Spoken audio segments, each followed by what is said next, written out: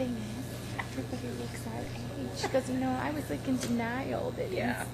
they really liked Easter. They Good. loved the camp. They're just, I think it would be a good fit for them. We're still going to look around, but Yeah. it's like close enough to get back and forth. Right. But it's far enough away. And here's the triple room. Storm. Yes. Yeah, really, that's all they care about. Came home Friday night. We get home. We've gone since like we left at like 4:30 in the morning or something. You know, just be there at 7:30. They were online. We were at my mom's house. They were online to IKEA, checking out stuff for root. Oh my God. Wow. Well, you know how they like Katie, Kelly, and Bridget always have been like that. Yeah. And so it would be nice. It would be nice, very nice for the three. I mean, because they're such a good support system for one another. Right. And they, you know, they would never want to go somewhere different. Like Kelly did great on her ACT. She could like choose from Yeah. a ton of them. Yeah. And she's like, I'm staying in Illinois. And she's like, I want to go with them. You know what it's like? And she's like, Eastern's a really good school. And Katie and Bridget really want to go into technology. Yeah. So it's good for them. We'll see. We're like, you guys, you're worried about the like classes and the like, you know, what do you need for your research? Like, I have trouble tomorrow. And that church is just And the right Catholic down church. the street. Oh, you can see the Catholic church. Because it's funny because on the way there, Bridget goes, Mom, when you were in college, did you go to church? And it's like, yeah, Peg and I both went to DePaul. And we're like, yeah. Bridget said, St. Vincent de Paul was Catholic university on top of it. So, of course, we didn't go. Yes, of course. So they're like, oh my God, there's a Catholic church. You ladies have those girls buffaloed right now. But it's going to come back. Oh, to yeah, you. it will. Either that or they're just feared. There's like smart asses underneath it all. Like, yeah, oh, there's a church. Yeah. Right, they're probably thinking, Yeah, you idiots. Yeah. yeah. I know. Funny. Oh, that is funny.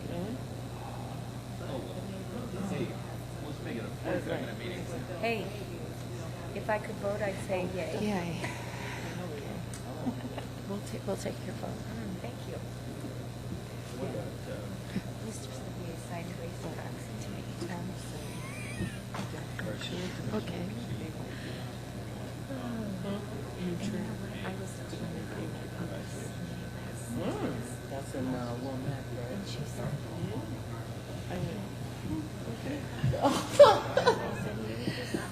letting it all go. No. And I said, well, she said, But then when they don't make I have no problem. the other members said, it's because they cut the conversation short and call for a vote. And I said, I don't know. I mean, there needs to be like a mutual understanding that there's a time when it comes that I'm sorry, unless there's some emergency, and it's not right. It's not human. Right. You can't expect people. Dave's not here. He's not coming, right? right. Well, we kind of got to wait until like 7 o'clock. Otherwise, Oh, okay. even though there's nobody here. Nobody's here for public comment. But if Isn't there another place where they can't have public comment? We never asked for it. If anybody shows up and you want to ask them,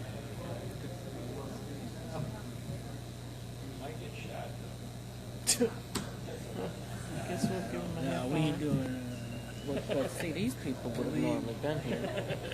But they've done it before, because I came here We'll one be all time. right here amongst And I got ourselves. to the door, this lady was walking out, she said they're going into closed session, they've closed the public comment off. It was 6:35. So they, Who the heck was that? that was last, it was in October of 2008. Oh, yeah, it had to be because You you're remember? on a year already, so.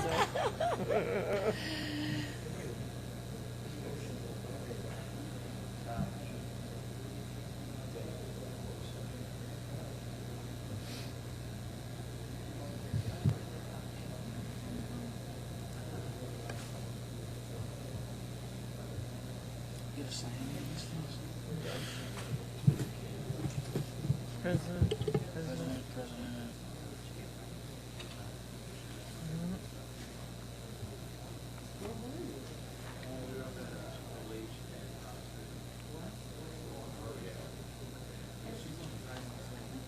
Nope. Guess there is stuff I'm gonna be signing.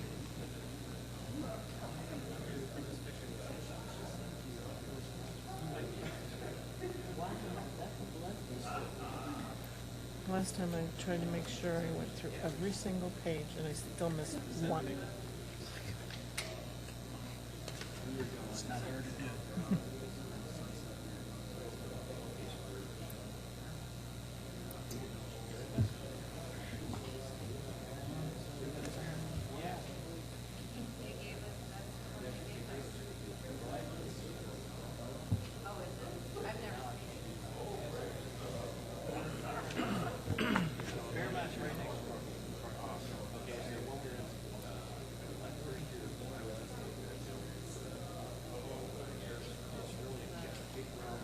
Conference.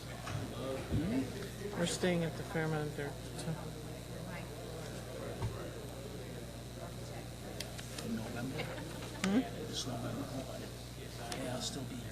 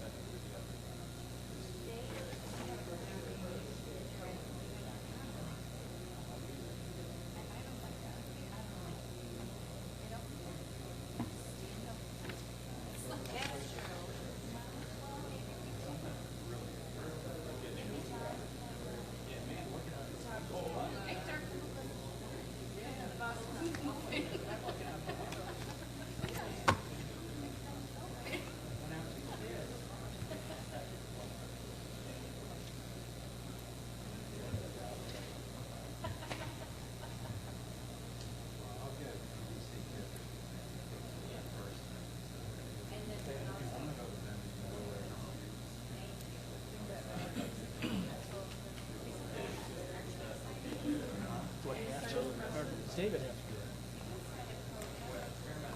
I make David come in and sign it. Unless you need something sooner, I could do that. But You know what? Actually, the teacher manager. I could sign them. You just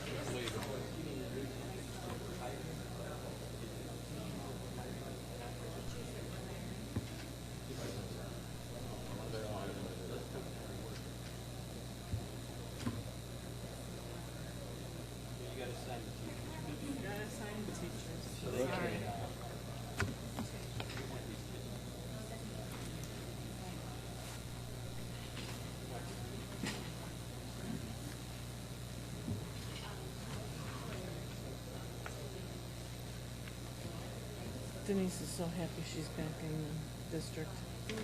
Denise Kranzer. She's one of our trustees. She teaches at Monee. She was a third grade teacher. Then we had to RIF her, and she's back as a fifth grade teacher now. So, she's so happy. do I have She to put would've something else gone on here, or someplace else, do I but put something else she underneath would here or prefer to something? Or? stay. Yeah, she lived here. Oh. So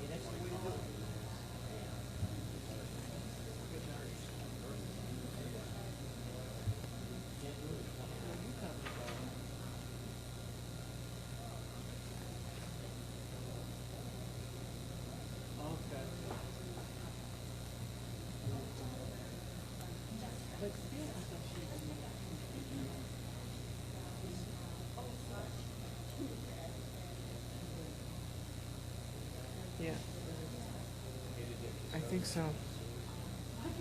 She's.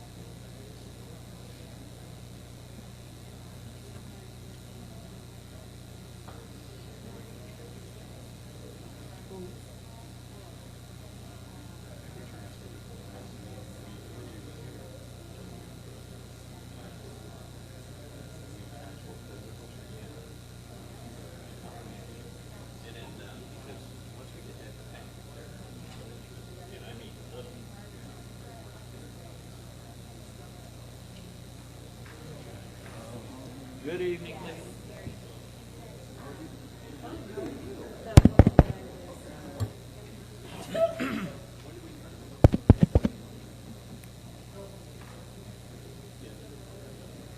We'll get it going here.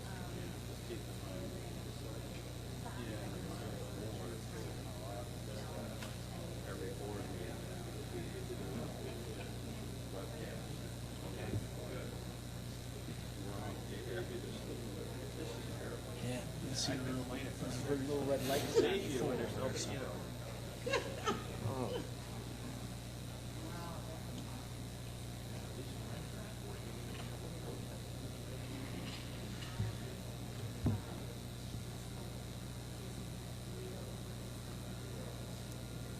Good evening.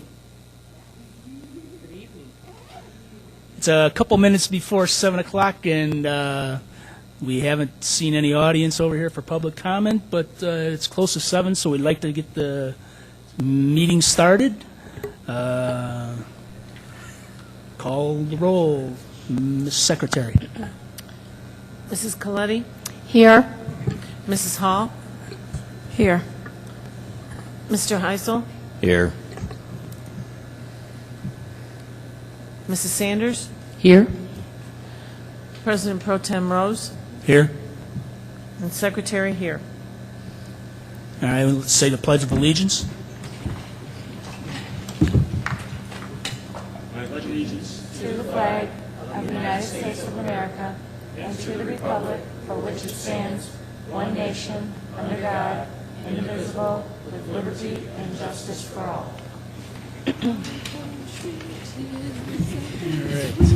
I'd just like to remind everybody that John said that we are now webcasting all of our board meetings, so I don't know if this is the first one we're actually doing this or just continuing that, so everybody be aware of that we're on the web, so live. Well, and I mainly am reminding us because I can't tell you what to do. I'm just recommending that you should probably keep your mic off unless you're speaking, because any little comment that you make will be picked up live. So that's just a caution. All right. All right. Following the agenda here, then, we don't have any public comment out there. Do we need to have an early closed session at all? I see nobody putting their hands up, so we'll start with the business portion of the meeting then. I'll entertain a motion for approval of the consent agenda as listed in the board meeting agenda. Moved. Moved by Mr. Heisel, seconded by Mrs. Coletti. Any comments or questions on the consent agenda?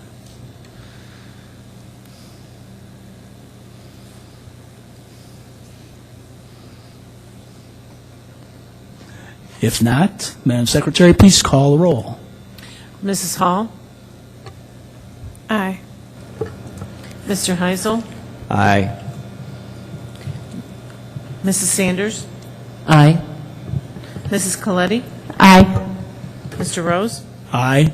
And Secretary, aye.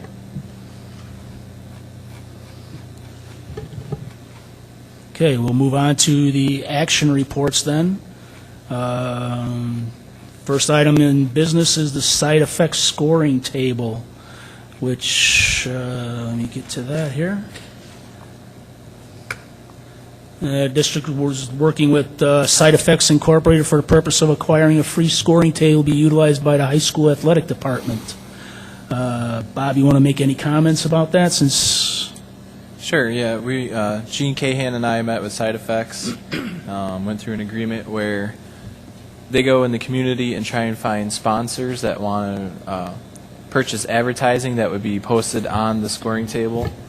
And if they're able to find enough sponsors and raise enough money, which would in effect pay for the score table is given to the district for free. And then if additional advertising is sold throughout the years, there's an agreement where we would split those advertising sales with Side Effects into the future. So, I mean, if it works out, we can get a free score table and possibly some additional revenue as well. So it really boils down to that the agreement would be no risk to the district with the possibility of a score table and revenues down the line, at no risk. Right, there should be no risk. The score table would be ours. It is a brand new score table. It comes with a warranty. And actually, depending on how many sponsors they get, you either get a score table where it scrolls the advertisements, or if they don't sell enough, you get one where there's just where you like paste them on the front.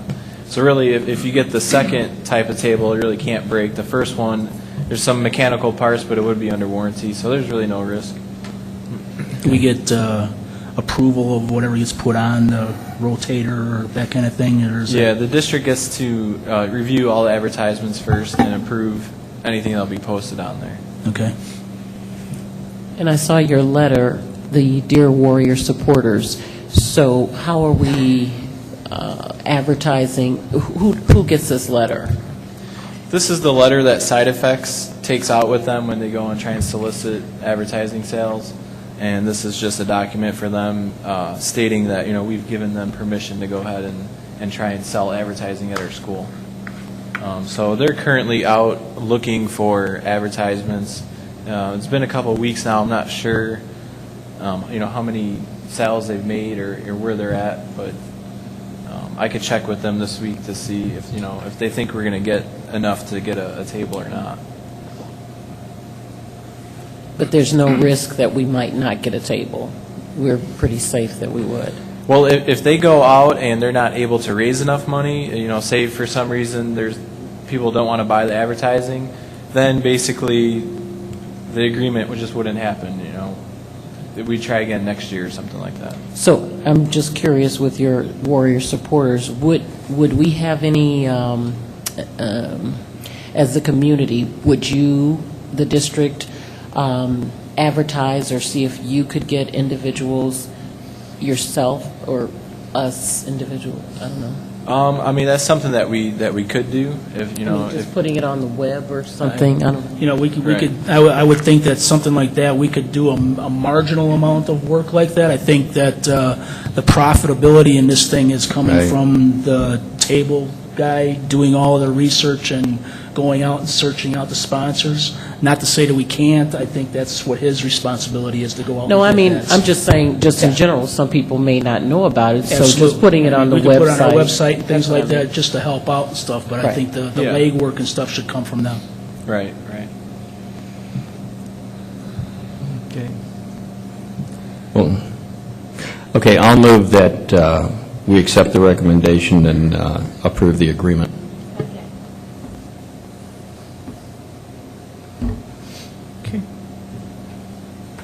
Okay. Since we're not spending any money, it's just all those in favor of the agreement signify by saying aye. Aye. All those opposed? And it passes.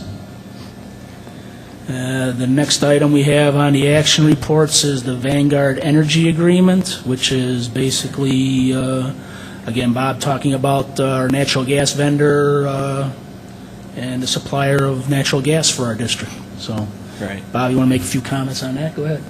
In regards to natural gas, all districts usually will use a vendor that they go through. You could either purchase directly from the utility company, or you could go through sort of a third party that purchases the gas for you. It's cost effective to use somebody like CenterPoint or Vanguard because typically, if you look historically, the rates are much lower than just purchasing straight from Nicor. We've been using CenterPoint for the past few years. The district hasn't been satisfied with the service we've been receiving. With natural gas, it's the type of vendor relationship where you kind of need to be talking to them very often, getting a lot of feedback and input, because natural gas rates are volatile and they go up and down throughout the year. And you want somebody to be paying attention to that so you can lock in rates when they're low, not be buying rates when they're real high.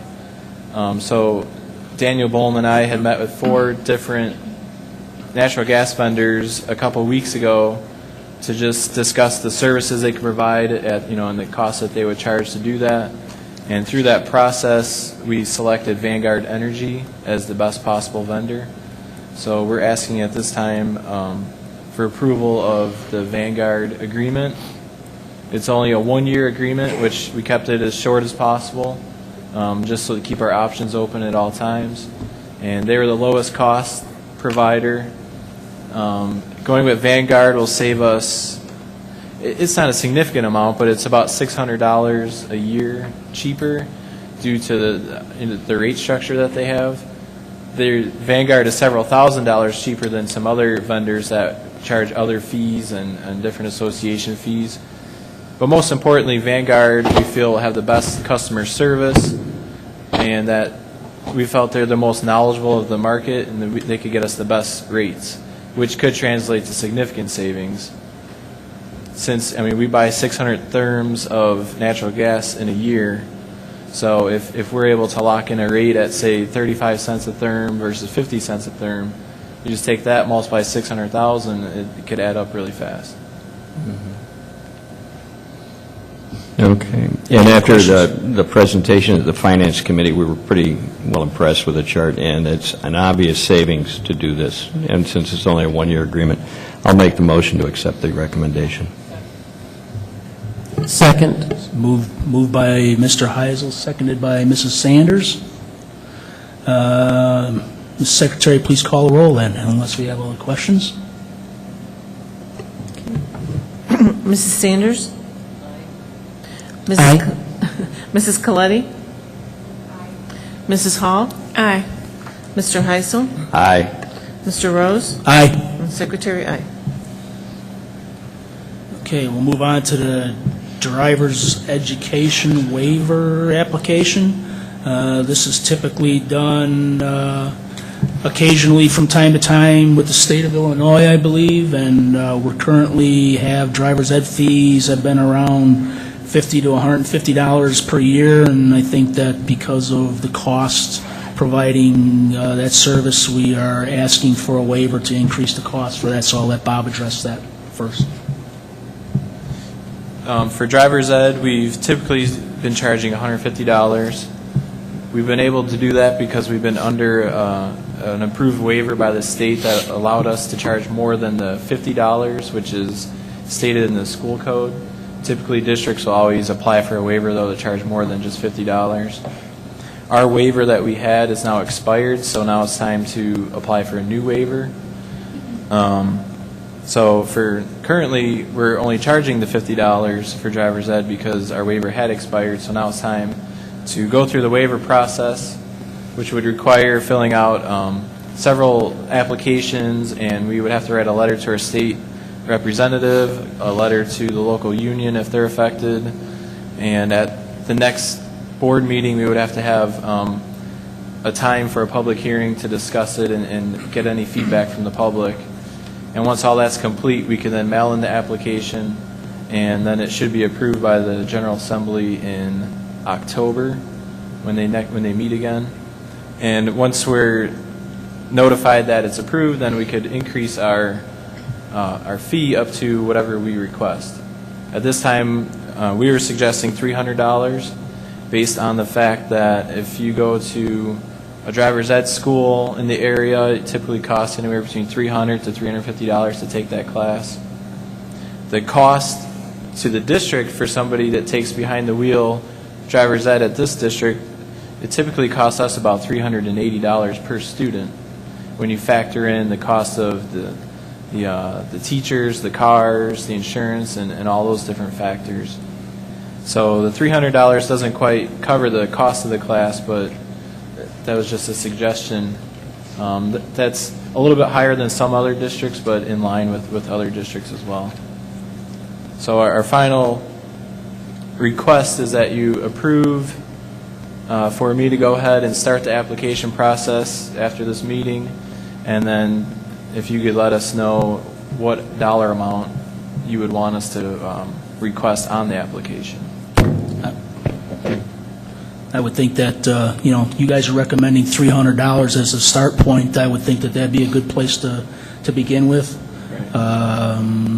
I know that this is just an application for the waiver, and we still have to go through a public hearing, that kind of thing. So, I'm quite comfortable with where we're at with that. I know that we discussed it in a finance meeting, and I don't know. I entertain any other questions from any of the other board members on this.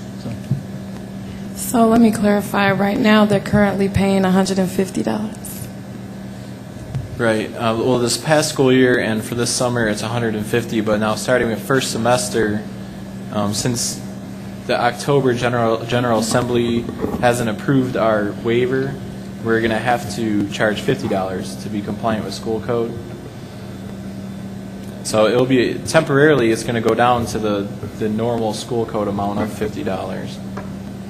And then once this is approved, it would go back up to a higher amount that we're requesting.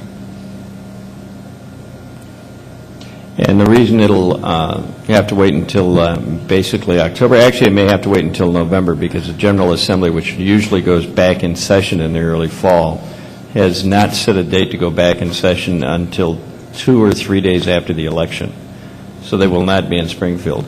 And under the law change, waivers cannot be granted until voted on by the House and by the Senate. So the full House and the full Senate have to approve these waivers now. It's no longer just the Ed Committee.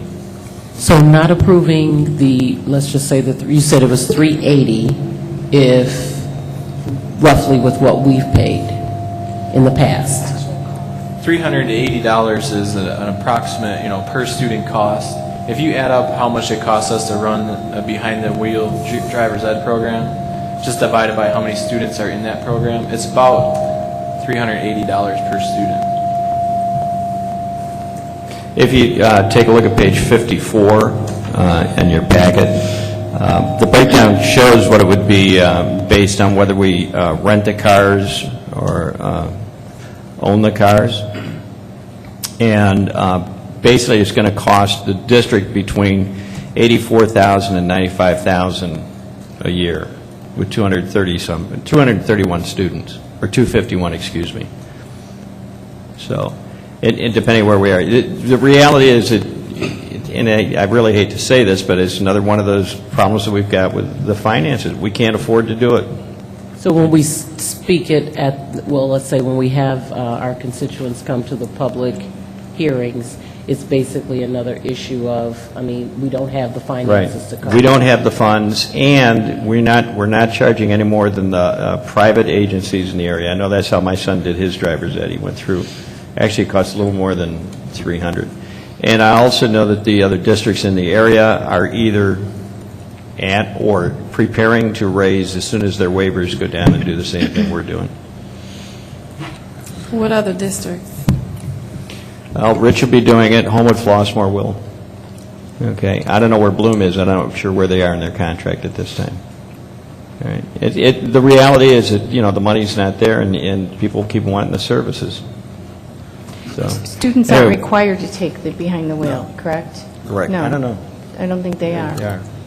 Are we required to offer behind the wheel? Yes. Yes. Okay, Yeah, we have to offer it. okay. So, Yeah, the one thing I want to say is that I don't think, nor would I recommend, that because our waiver expired, that we would increase the cost mid-year.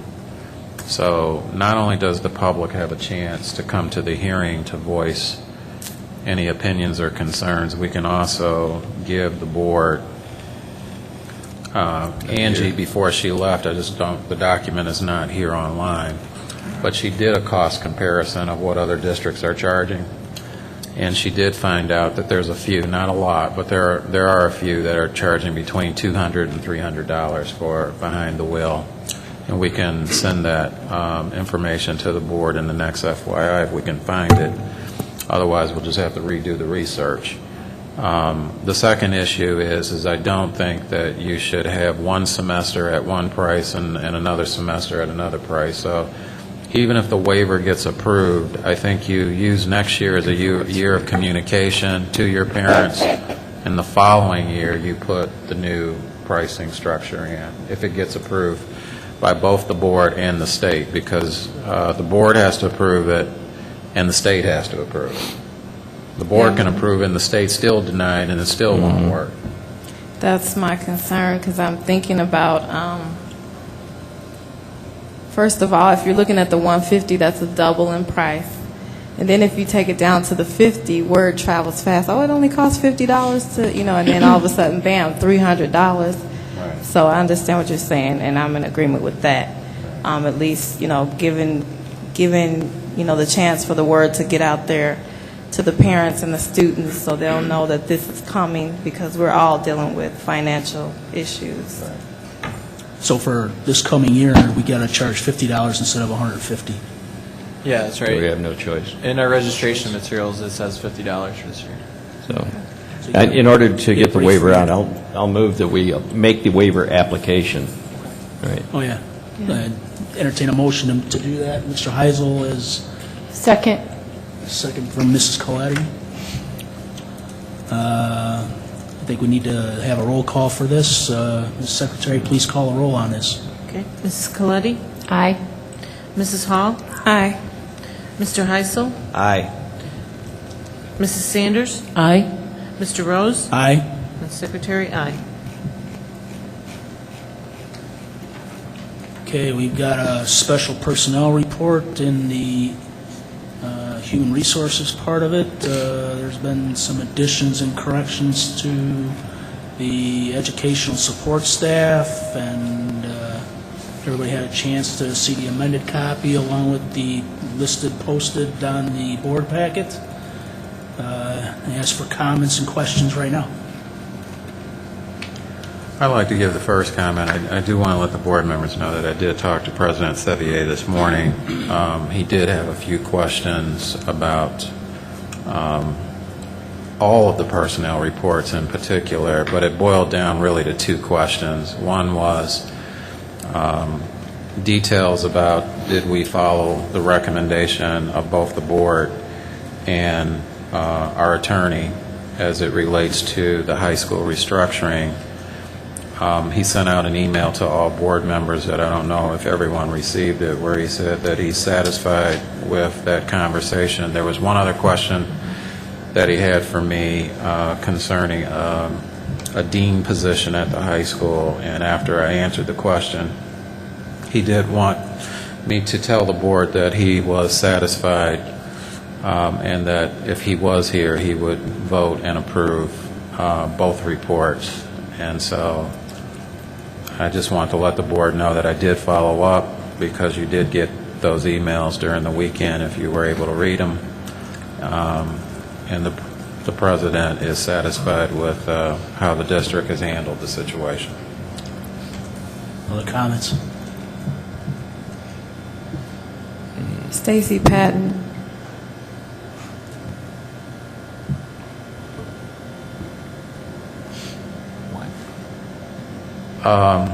Stacy Padden, if there's any specific questions, then I believe, which I did tell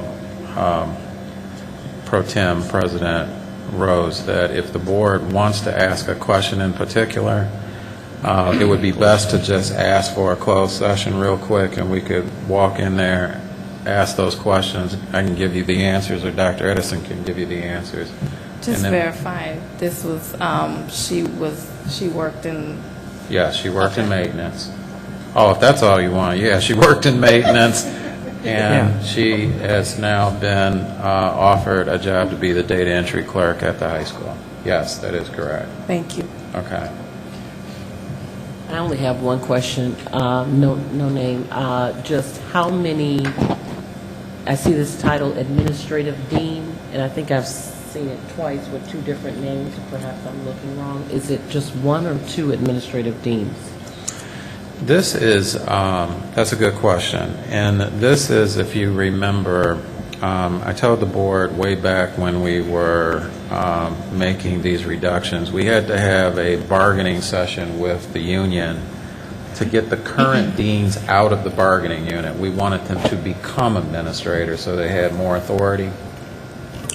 So we created a title. The original title was Administrative Assistant to Student Management Services, and that's the official title for anything that has to be in writing that we have to refer to, because the union did agree to allow them out under certain conditions.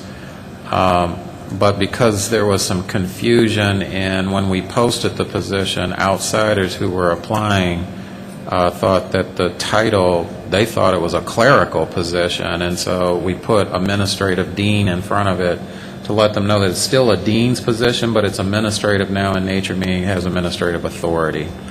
There will be 4 deans like there were, the previous year as far as administrative deans, and we will still retain the services of 1 attendance dean who is not administrative.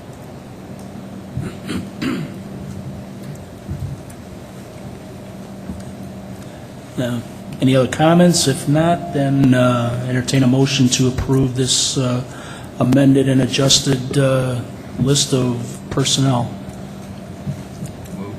Moved by Mr. Heisel. Second. Second by Mrs. Sanders.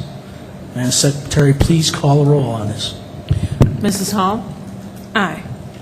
Mr. Heisel? Aye. Mrs. Sanders? Aye. Mrs. Coletti? Aye. Mr. Rose? Aye. And Secretary, aye. Okay, we'll move on to the Crete Monee High School handbook preparation and adoption of the handbook policy. George, you're on. Good evening. There were several pages in our, I believe it was our June policy committee meeting that we reviewed. Some of them were minor changes. Some of them, however, were more significant. We can run through if you, we just want to do, okay, just a summary. One issue that we had to clarify and redefine was that whole idea of social probation. The language was amended to say social suspension was the language. We changed the language to social probation based on recommendation of the policy committee, so it reads quite differently. It's more progressive in nature in terms of the language, in terms of the length of time a student can be on social probation versus social suspension. We thought that that was a significant piece. The other piece that was significant that we talked about was the graduation requirements, where in the current school year, moving into for the class of 2011, there would be a minimum requirement of 24 credits to graduate. As we move into 2012, we've reduced that by 2 credits to 22. Okay. The other thing that was significant is the whole student recognition piece, and I would like to draw your attention to this particular page because you need to. There is a minor change, and John brought this to my attention. So if I'm going to refer to it, you don't have to go there, but it's on page 8 of the handbook. And basically what the policy committee asked to do is that there be some basic recognition criteria cited in the handbook. So we did as such. There was the honor roll, high honor roll, and attendance piece have always been there, as well as citizenship. However, I thought it was important to do a little bit of research to look at other ways we could recognize students more immediately as it relates to attendance, because there's this misnomer about perfect attendance, and if you look at it from the standpoint of not leveling it out so that you look at different levels and clarify it just a little bit more to give more students the opportunity and the incentive to come to school. So if you look at it, I put in Platinum Award for perfect attendance, which means that's the top you can get, which means there are no absences, tardies, or early checkouts. Gold Award would be for perfect attendance, but it would be, the difference would be 3 or fewer absences and fewer than 5 tardies with no early checkouts. If you look at this is the next one where there needs to be a change, because it seems like it was a repeat, but in editing it late one night, it read the same thing, but this is what it should read. It should read, for silver, for excellent attendance, 4 as opposed to 3. It should be 4 or fewer absences and fewer than 6 tardies with no early checkouts.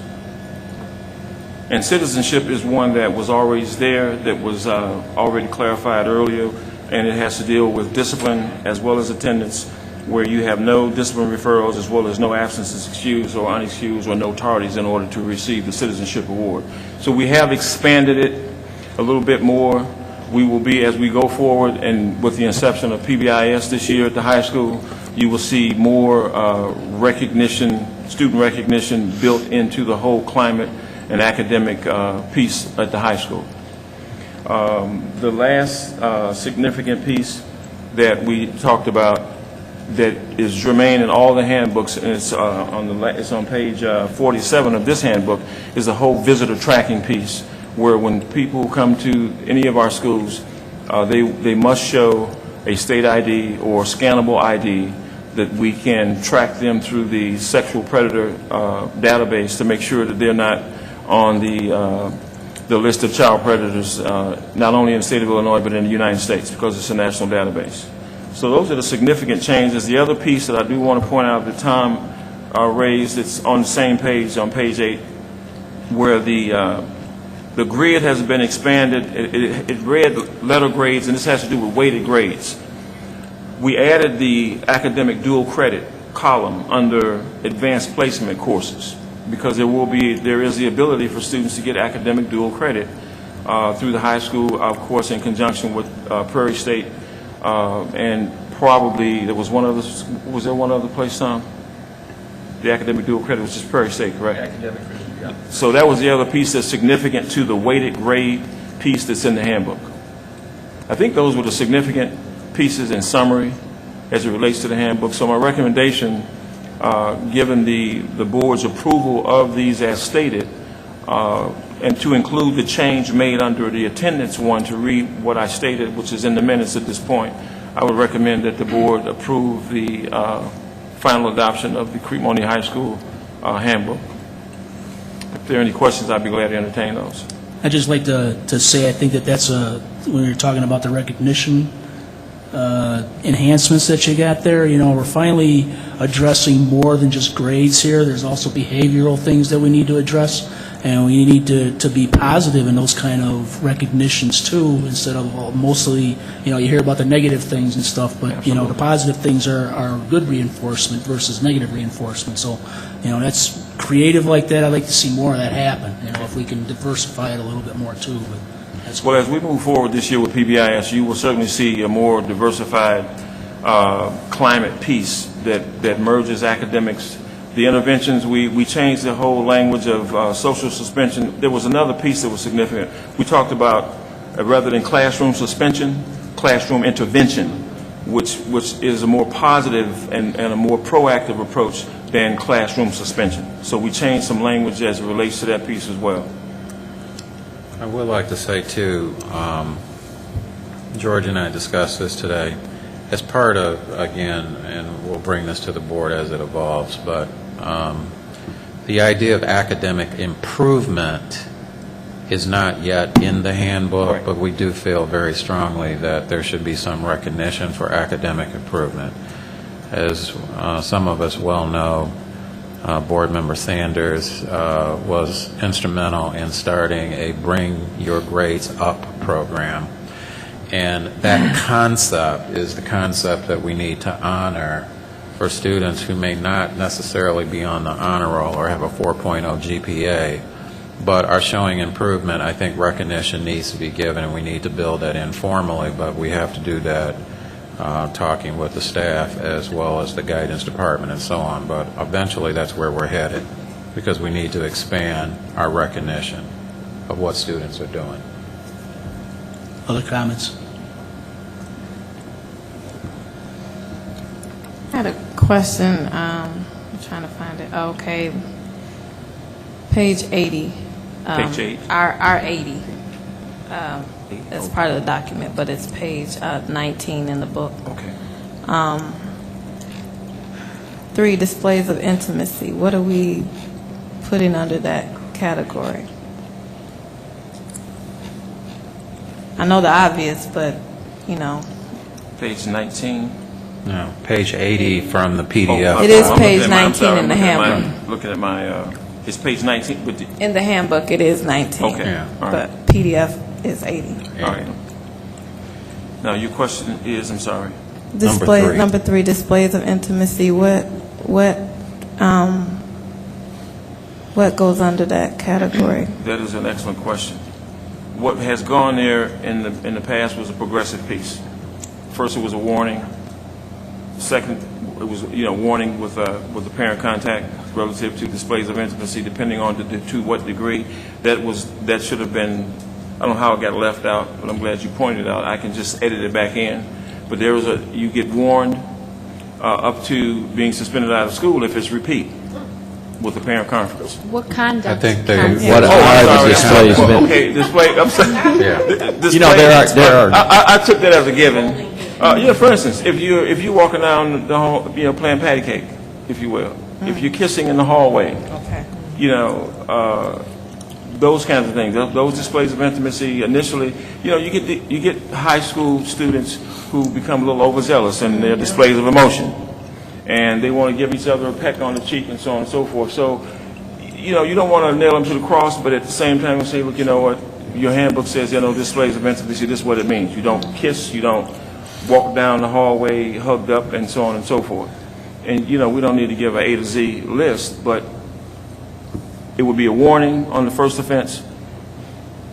It would be a suspension with a parent conference, possibly on the second, which is the way it read in the old handbook, all the way up to a suspension out of school if it's repeat. So that will go back in. That's basically what it should read. So you don't think we need to be clearer on that? Because somebody may take it, it's okay to, kiss my boyfriend, or, kissing on the cheek is not being intimate. I can always, well, in my years in working in high school, kissing on the cheek led to some other things.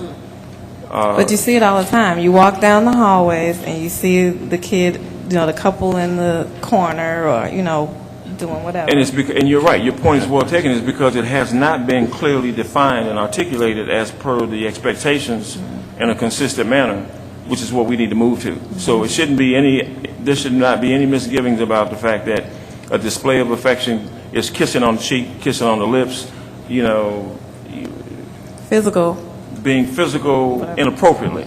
Now, we have to talk about that more and articulate it more in terms of expectations. But I can't see us giving a whole laundry list of thou shalt nots, because high school kids, by the time they get to us through middle school, they should know what a display of intimacy is.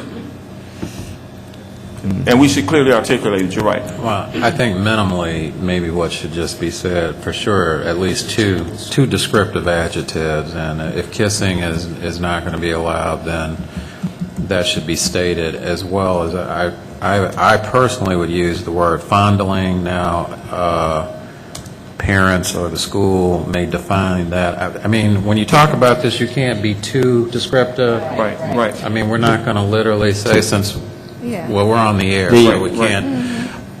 we're not going to say certain things. But I think that fondling, I think we do understand what that is. And these pats on the behind, you know, touching a young lady's breast or something of that nature should not be done. So we would say, you could use the term improper displays, physical Maybe displays of improper affection. displays. Improper physical Improper displays of physical affection.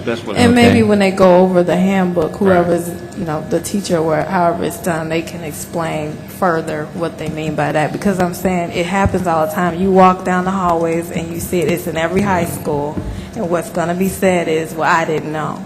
You know, show me in the handbook where it says that. And if it just says displays of intimacy and no further explanation, I think we're just leaving ourselves open for That's a good point, and I just made a note here, improper display of affection, and one of the things that's what it used to read as well as far as the bottom line is concerned, because you don't want to get into a laundry list, but by the same token is that at the beginning of every year, and they should, I know we did it at the middle school, on a quarterly basis, or at least a seasonal basis, like when you go out and come back in, you take time to go back and revisit those expectations and spell out very clearly for them, because you want to leave it broad enough so that improper, it's subjective, but it's left to our interpretation as the people responsible for your kids to come to school every day. And so improper display of affection would be, I think, the broad stroke, and then we would build in those expectations that we would sit down and talk to the students about and go over them all before they actually sign for their handbook. And have their parents understand, too, that when they come to the mandatory meetings or whatever it is we're going to have in play here at the high school, that they understand, too, this is how we define inappropriate display of affection in our school. And making sure that teachers know that, you know, that's inappropriate. If you see students doing it, you know, have them stop, or, you know. Absolutely. And consistency. You know, if you got one teacher that's going to, you know, be, you know, a hard nose like that, and the other one's going to let things go, you know, that's the other thing that's going to be a problem is consistency. So. Okay. Any other comments on this? I have made that change in my document, and I will make sure that it's revised as the board moves to adopt, that it reads improper display of affection. Okay.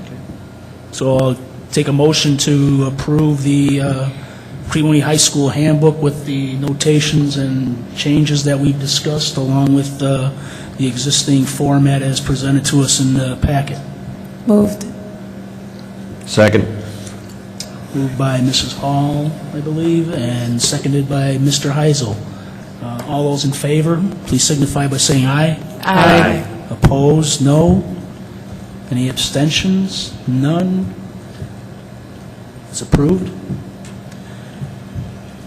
Next thing we're going to is administrative updates, which is, I think the first item under business is security proposal.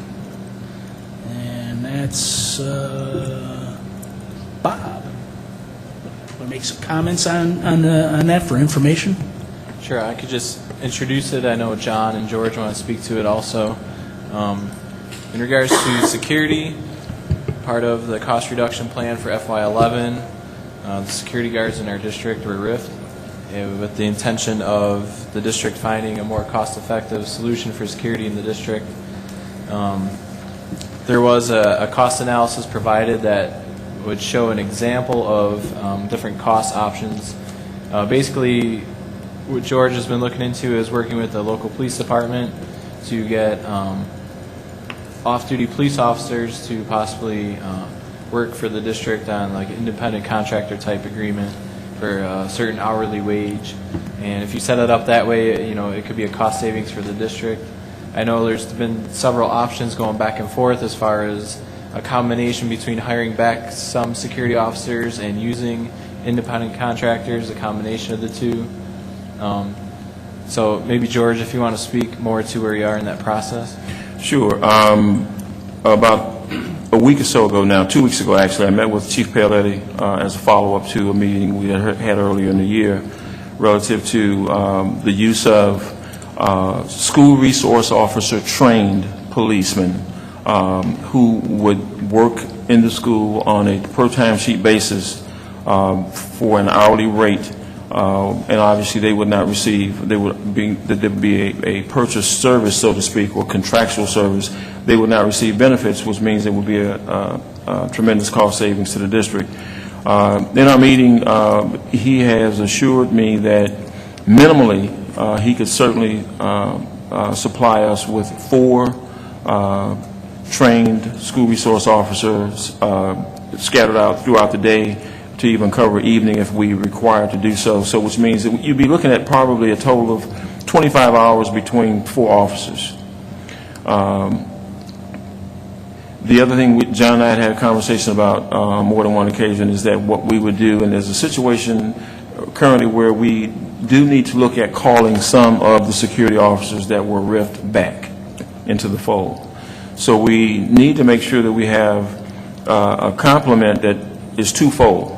Number one, that services MEC, the middle school, and the high school, with the primary focus being on the high school, given the tenuousness around high schools and so on and so forth, and to have good trained security personnel who can interact well with, but at the same time provide the measure of security that's needed in a high school, at the same time be able to create those relationships with staff and students so that it becomes a very fruitful relationship. The other piece of that is that we need to be able to allow for coverage for extracurricular activities after school, which means that we would not be able to cover those with just the complement of off-duty police officers who are a contractual service. We will be able to more readily cover that with staff that we own, for lack of a better phrase, that work for us on a permanent basis every day.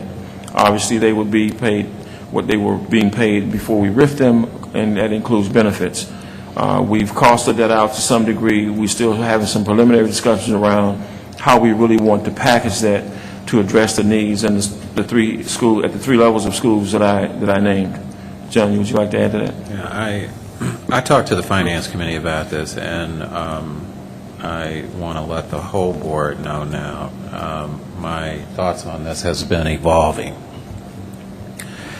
I think I told the board at one time, it was in closed session, that I spent quite a few days here at the high school the last few weeks of school. And I spent entire days, meaning from the beginning almost to the end, walked the hallways, went into the lunchroom, went into the athletic wing, every area of the building, and it was after that I was convinced, and I'm just telling you, me personally, that we truly did not have enough security. I agree with the proposal of having 4 officers in here, but for this high school, I really believe you still need a dispatcher, because you have to have someone who's going to greet the parents. Mm-hmm. And that is going to have to be someone we own. That can't be a police officer. The second thing is, with the 4 officers here, I think that you need to have 2 additional people that we own for the reasons that George spoke of, because after school you can't mandate that those from what Chief Paletti told us, they're not going to be available unless it's like a football game or something. So it would be a total of 4 officers, 2 security people on the floor, which gives you 6 people in the building, 1 to cover the athletic cafeteria wing, what we're in right now.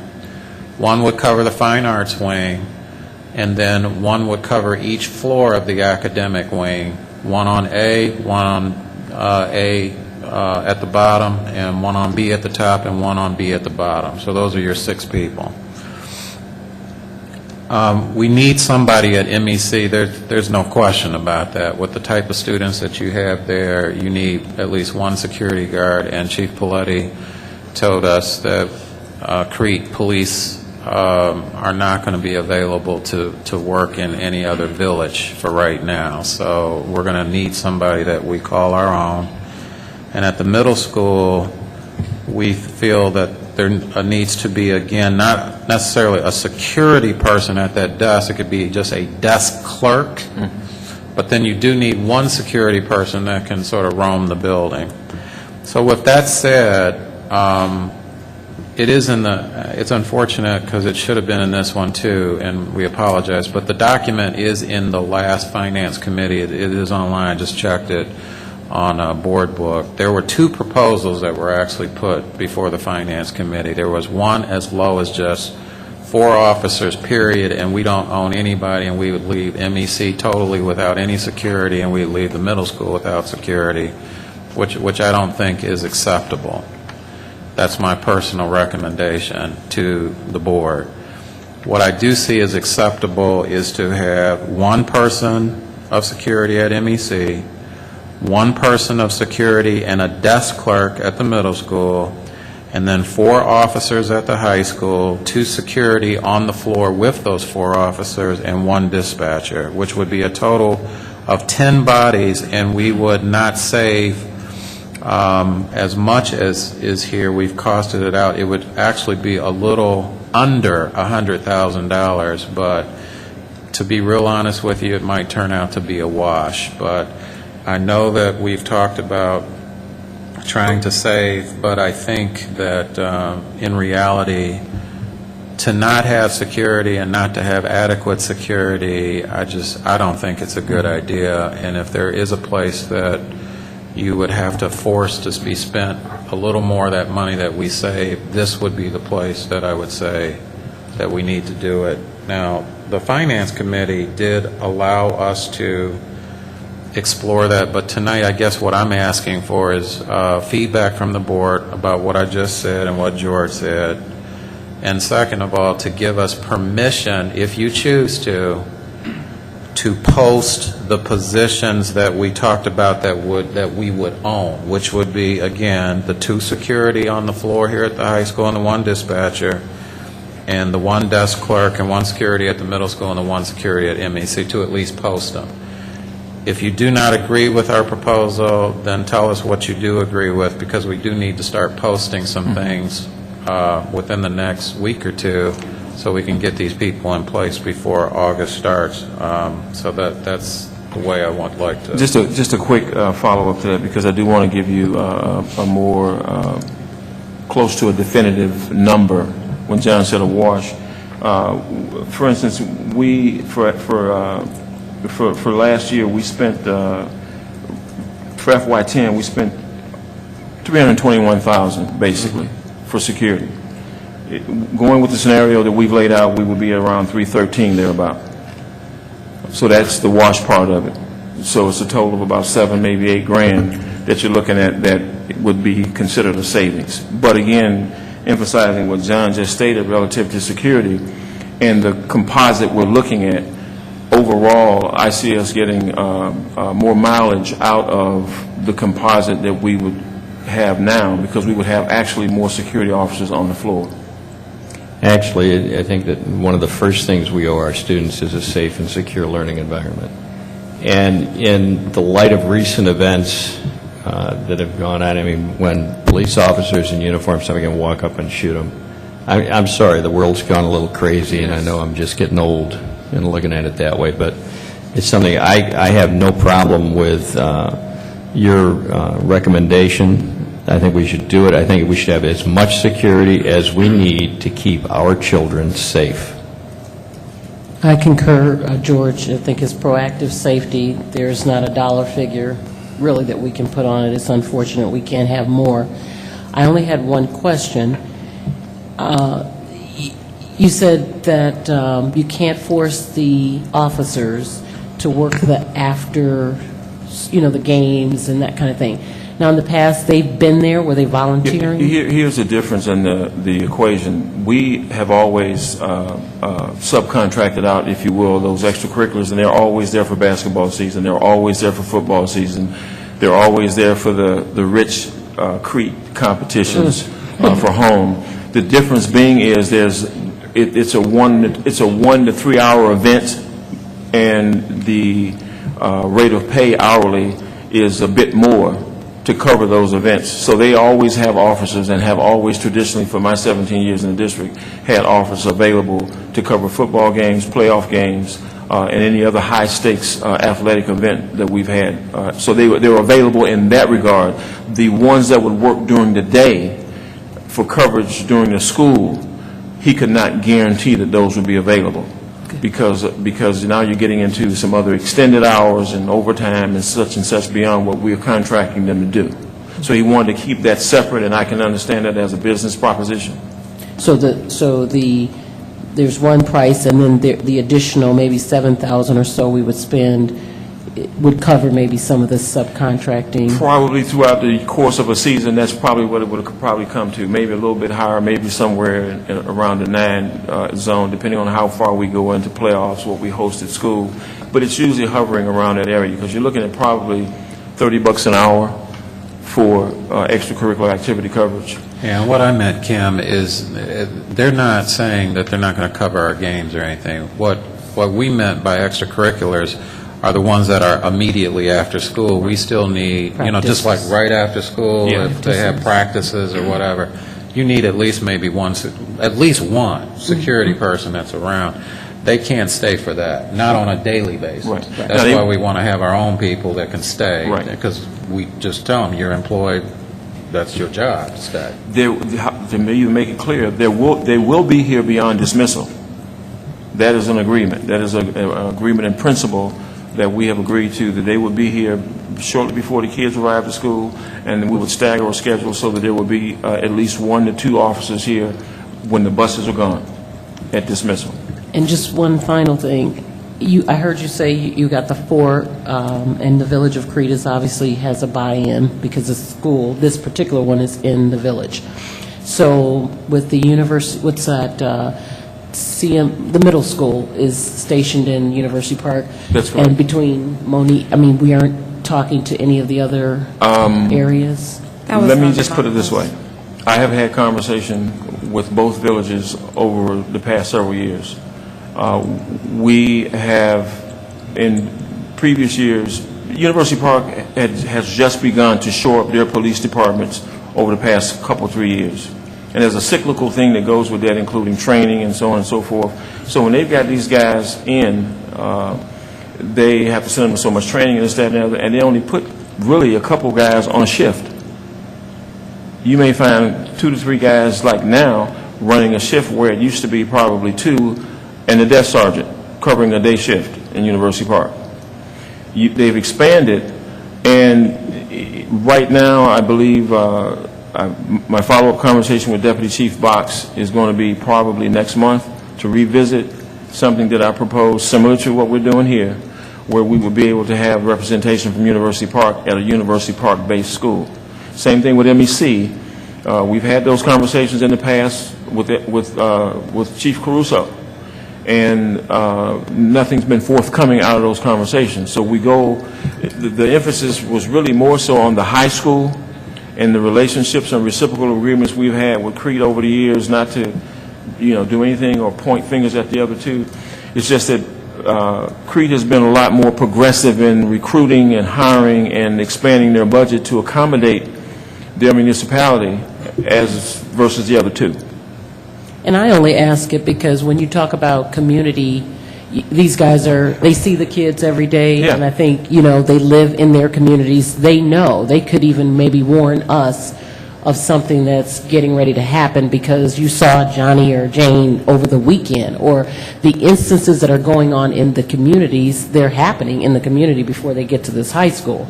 So I was just thinking that would be a sell to them, that they know their kids to be in this, this office. If there's an officer encouraging a kid in the community and then following up and seeing it through, so that's unfortunate.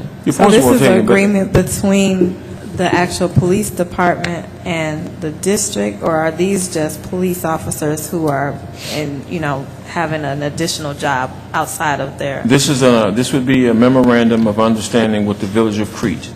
It would be and attached to the memorandum of understanding. I believe John, with the Financial Committee, at least showed them a sample an actual document. Contract that we would.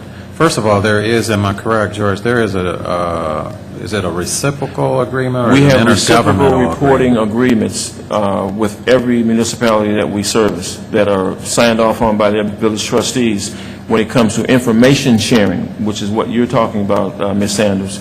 And so that's another type of agreement that is we put into play and we revisit and revise as needed. And it's really, it's a part of this statute. It's part of our board policy, and we've had these for years. So to go to the point you were making earlier, we do share information about those weekend happenings that do come back to the school so that we can be ahead of them. So that's one way of being proactive, and that's what those whole reciprocal reporting agreements were about, and being able to share some information that sometimes would be sensitive under certain circumstances that we would not normally share under FERPA. John, I'm going to piggyback. I'm sorry, go ahead. No, I just had a question. You mentioned, John, I think that you're seeking approval to post the job for the security guards who would be employed by the district. Yes. Does that mean that you're going to first notify those security officers who were Yes, absolutely. ripped? Yeah, we're going to have to. Okay. And we hope out of that we'll still be able to pick, as long as we're following, all legal counsel, pick the, the best fit for the district. Okay. I was just going to say that I'm in total agreement of this. You already knew how I felt about security anyway, but I agree with Ms. Sanders. You can't put a price on safety for our kids. Thank you. I think this was good informational coming from George and John on this. Is there a time frame then for you guys to finish this up by like August or something? Yes, it'll be finished up before school starts, because the last piece that we need to, and we'll go back to the table now that we've had the discussion, and solidify a composite, post the positions that once the board has given us permission to do that, and then finalize the MOU so that it can be given to our attorney to take a look at, as well as their village attorney to take a look at, and then that will be the last piece of the process, with them signing off and the board signing off. I'd also like to make just a little comment that I think that one of the goals of the Board of Education that we've talked about through the years has been, safety of the students and providing them with a safe and secure environment. I think we as a board would be very remiss in not providing that type of environment for the children if we can possibly do it. And I think trying to save a nickel or a dime someplace here and there in order to save $1 here or $1 there, and then a child gets hurt or something like that, I really would find problem with that. Where you guys are going with this is good. I think I don't think any member of the board up here and stuff would argue with the direction that you guys are trying to go with this. So I think if you need to post things, I don't know if anybody else wants. This is strictly informational, but I would say to go ahead and do what we need to do in order to provide services that we need to provide for our students for this. Thank you. Thank you. We'll post them this week. Okay. Next up is the school's construction grant update. Again, Bob Bruce again. Lots of things over there, Bob, tonight. Yeah. This is good news for the district. This is a grant that we applied for back in 2003 for construction money based on different projects that we were doing in our district at the time. And now it's taken this many years, but the state has finally processed those applications and has notified us that we received an entitlement through the grant, and that the Capital Development Board is scheduled to notify us exactly how much money that is. We do not know yet how much money we're going to get, but it will be based on different factors that were in our application, different projects that we had listed on there. So just as an informational, that will be money that we'll receive that we could use towards other capital projects in the district later on. New capital projects, not stuff that we've already used. I mean, I know we applied for this before we even built the high school and things like that, so, can you use that money to retire debt or anything like that, or does it have to be used on new construction? I'm pretty sure you have to use it on just new construction. Okay. Different projects that we, It's a capital grant, so it has to be used on If they gave us construction. $50 million, you know, you could Well, knock a couple bucks off. If they give us $50 million, I'll be real surprised. We'll build a couple of schools. And everybody's really happy, and we could get some significant funds from this, assuming two things: that it's fully approved by the General Assembly and that they actually fund it. So we're not there yet. But when we do get it, it can take care of some repairs and some building maintenance that we desperately need. This is really good. Any other comments? Questions? Okay. Next on the agenda is AYP summary and implications, and I would probably think that Mr. Dugan is here for that, so. Yeah. I just wanted to say to the board that I believe I would have her permission to say this. Laura is not here tonight. She had a sudden death in the family, and unfortunately, it happened to be her own mother died suddenly. So I don't have any more details other than that right now, but as details come forth, we will certainly pass them along to the board if they would like to send her anything or attend any memorial services. We'll give you that information. And can we be sure that flowers or something appropriate is sent from the board? Yes, I have already taken care of that. So Mike is here tonight to give Laura's report, and normally we don't give AYP information this early, but because of the implications this particular year, because in years past, it's pretty much been that at least most of our elementary schools, K through 8, have made AYP. It is becoming tougher to make AYP because of No Child Left Behind basically states that every year the target to make AYP is 7.5% higher than the year previously. So by 2014, every child in the state of Illinois has to meet 100% of the standards as tested on the ISAT exam or the PSAE, and that will be seen as to whether or not how many of schools or districts will be able to make that target. We think it's noble. I'm not so sure if that's realistic for all subgroups, especially when you talk about some subgroups in the case of special needs. Every child being able to make 100% of academic standards, I just don't know if that's possible. But in the meantime, until the world can settle that argument, we have to deal with the fact that it is the law. And so if a Title I school in particular does not make AYP 2 years in a row, there are implications for that. And so I'm going to turn it over to Mike to talk to us not only about AYP in particular, but the implications of a couple of our schools not making it for 2 years in a row and what that means for us. Mike? Perfect. Yeah, I just want to explain again, this is not because of declining scores, it's because the bar is going beyond what we performed at. The initial results came out from the state. We wanted to move very quickly on this. We have 2 schools that have not met the new benchmark, and that is Crete and Balmoral.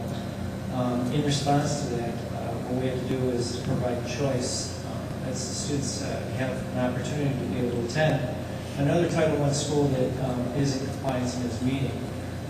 Currently, the only school that would apply to is Salado Elementary. We have to send out a letter 2 weeks before school starts informing our parents that their school is not meeting status and give them the opportunity to be able to attend to allow it. One thing that we are going to apply for is a waiver from the state. Waiver because of the size of the allow, because the capacity of allow is currently at, has very small capacity. And what we're going to say is that there will be priority that will be given to the lowest achieving students that are on a free use program. With that, 20% of our Title I funds have to be set aside to help support the choice option. These funds will be used for transportation and other related costs related to choice. Again, the reason that Preston Scott King or that Monee can't be used, Preston Scott King has an admission policy which excludes it from choice, and Monee is not a Title I school, so it also excludes it from choice. And again, when you're looking to support at this time, these are initial results, but we don't anticipate them changing. And then we want to get started and send out a letter which requires. Yes, I stand corrected. In the board FYI, I stated that Monee is eligible, and we found out that it's not eligible. For one reason, I had misread the numbers. Monee did not make AYP, but they're not in any kind of status for two reasons. One is it's their first year not making it.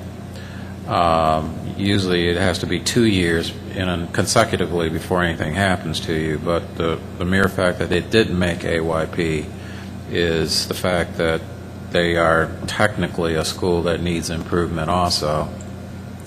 And second of all, for what reason I don't understand this, even if they had made AYP, the state board we called and they told us that they cannot be a school of choice because they're not a Title I school, which just doesn't make any sense to me. That's me personally. I understand a magnet school because they were very clear at the state board. They even said if you have any schools that have a true admission policy that is board driven, the board has the right. That supersedes even NCLB in the sense of you cannot make that school an open school of choice. So even in the Chicago Public Schools, for their true magnet schools, you cannot send students from schools that are in need of improvement to their magnet schools. So schools like Beasley Academy, Edison Magnet School, and some of the other top magnet schools in the city are not open to students who come from schools that are in need of improvement. So Coretta Scott King is exempt. And as I said, Monee is exempt for the two reasons that I gave. They didn't make AYP, and they're not a Title I school that is not in status. So the only school left is Talala, and technically Talala did not make AYP, but because they didn't do it 2 years in a row, they're still a viable school of choice. John, can you, if you don't mind answering, Sure. You or Mike, for the record, Title I, Talala's not a Title I school, and what is the clear definition of Title I?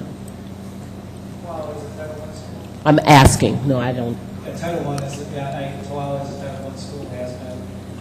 Basically, it's determined by the district and the free and reduced kind of having the building and based on the rating of sacred resources. Talala's been for Talala's loan income rate was 80%. They go along with that, but it's Monee hasn't reached that threshold in order to become a Title I school. And we found this out, which I didn't know again, that once a school, no matter, if you're receiving federal funds, meaning you're already receiving Title I funds, because right now the federal government gives you choices that you can concentrate your Title I money either at elementary, middle school, high school, or try to spread it all out. The problem with spreading it out, then it means less resources in all the schools because you just don't have enough money. But I think, Mike, once they hit 75% poverty, isn't that? Yeah. Once a school hits 75% poverty, it doesn't make a difference where they are or what level they're at. They must receive Title I funds. If you're getting Title I money, period, then you must give that school that has 75% or more poverty Title I funds. Okay, so now that we've laid everything out on the table and it's, the writing's on the wall, so to speak, again, I'm going to ask this question because I asked it this time last year. What are we doing to make sure we don't continue to go in this pattern? Because, okay, now we're at 2 years. What happens at the 4th year? Can we explain that? Because that seems to be the direction we're going with some of these schools.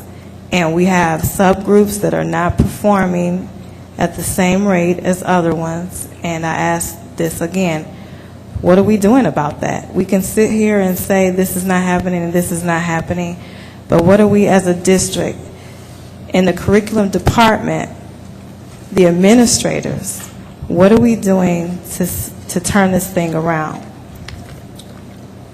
I'm going to turn that over to Mike first, and then I'll comment. Mike?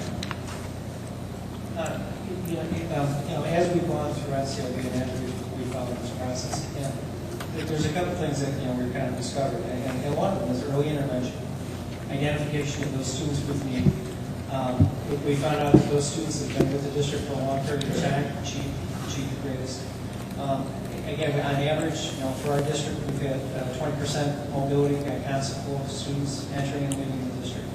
And these are not excuses. We're just kind of laying what's going on. Within the last 3 years, our low income rate has jumped from 40 to close to 7%. It's a 30% increase in 2 years. These are students of need, students that require extra services. As the stress is on the system and as the climate changes, we have to provide more services that are targeted to each child. Also providing professional development for all of the teachers so that we can identify those students of need, provide those resources in professional development and make them successful. I would prefer that we were achieving at a higher rate, and again, to go off of comparables. Whether schools are achieving with the subgroups. Currently, the state of Illinois in grades 3, 4, and 5, its state average is 56% for African American reading. We're performing at about a 10% higher or 20% higher than some of our subgroups. We're not happy with it. We prefer for it to be better. But again, it's a struggle that all of our neighboring districts are having the same kind of issues with. We are seeing growth with certain groups of our kids. We're seeing successes in many of our classes. I think we have successes across the board, but we can always do better. One thing that we're taking a look at NCLB, and I'm sure this is across the board, is that we've learned a lot, but we still know that there are groups and subgroups that have not performed as well as we expected. And we're taking from what we've learned in the past and we're applying it towards the future. We are growing. And again, we're not going to status because we decline in scores. We are increasing. It's asking for a 7.5% increase every single year. The state has increased 3 percentage points in the last 6 years. We have to increase 7.5 points every single year. And so, across the board, as a state, I don't think we're being successful in this. I think we have minor successes at every grade level. I think we've been successful with many students. But to have that across the board so that we get these kind of increases has not come to fruition. I think we've learned a lot from the process. My response. When we say, I'm sorry, John. Go ahead, Nikki. And I'm going to answer because he was responding to what I said. Sure. But when we say, well, the state is doing this and the state is doing that, the state is an average of all the school districts. So basically, when we say the state, it's not like, we're talking about the state of Illinois. It's the averages of the school districts, including us. And no offense, but that to me doesn't mean anything because even if the state is doing this, we have the opportunity to be better than everybody else, ahead of everybody else. So all I'm saying is embrace that opportunity and say, this is what we're going to do here. It may be happening at all the other districts, but what are we going to do here in Crete, Monee that's going to make sure that we're going to keep up? Next year it's 85%. What are we going to do? That's what I want to hear. I want to hear how are we going to be different? What are we going to do within the district to make sure our kids are succeeding and not looking at what everybody else is doing and, things like that. That's the only kind of answers I want to hear because, to be honest with you, you're saying the same thing I heard last year. And I'm looking at the scores. They're worse. There was increase, but, we're looking at standing in jeopardy of, a couple of our schools now in a couple of years. What happens at 4 years, John? In 4 years, I have it in front of me. What the sequence is that once you get to status, what they call status, you have to offer choice the first year. The second year, you have to offer what is called supplemental educational services. The third year, if you still haven't made AYP, you have to do what is called corrective action.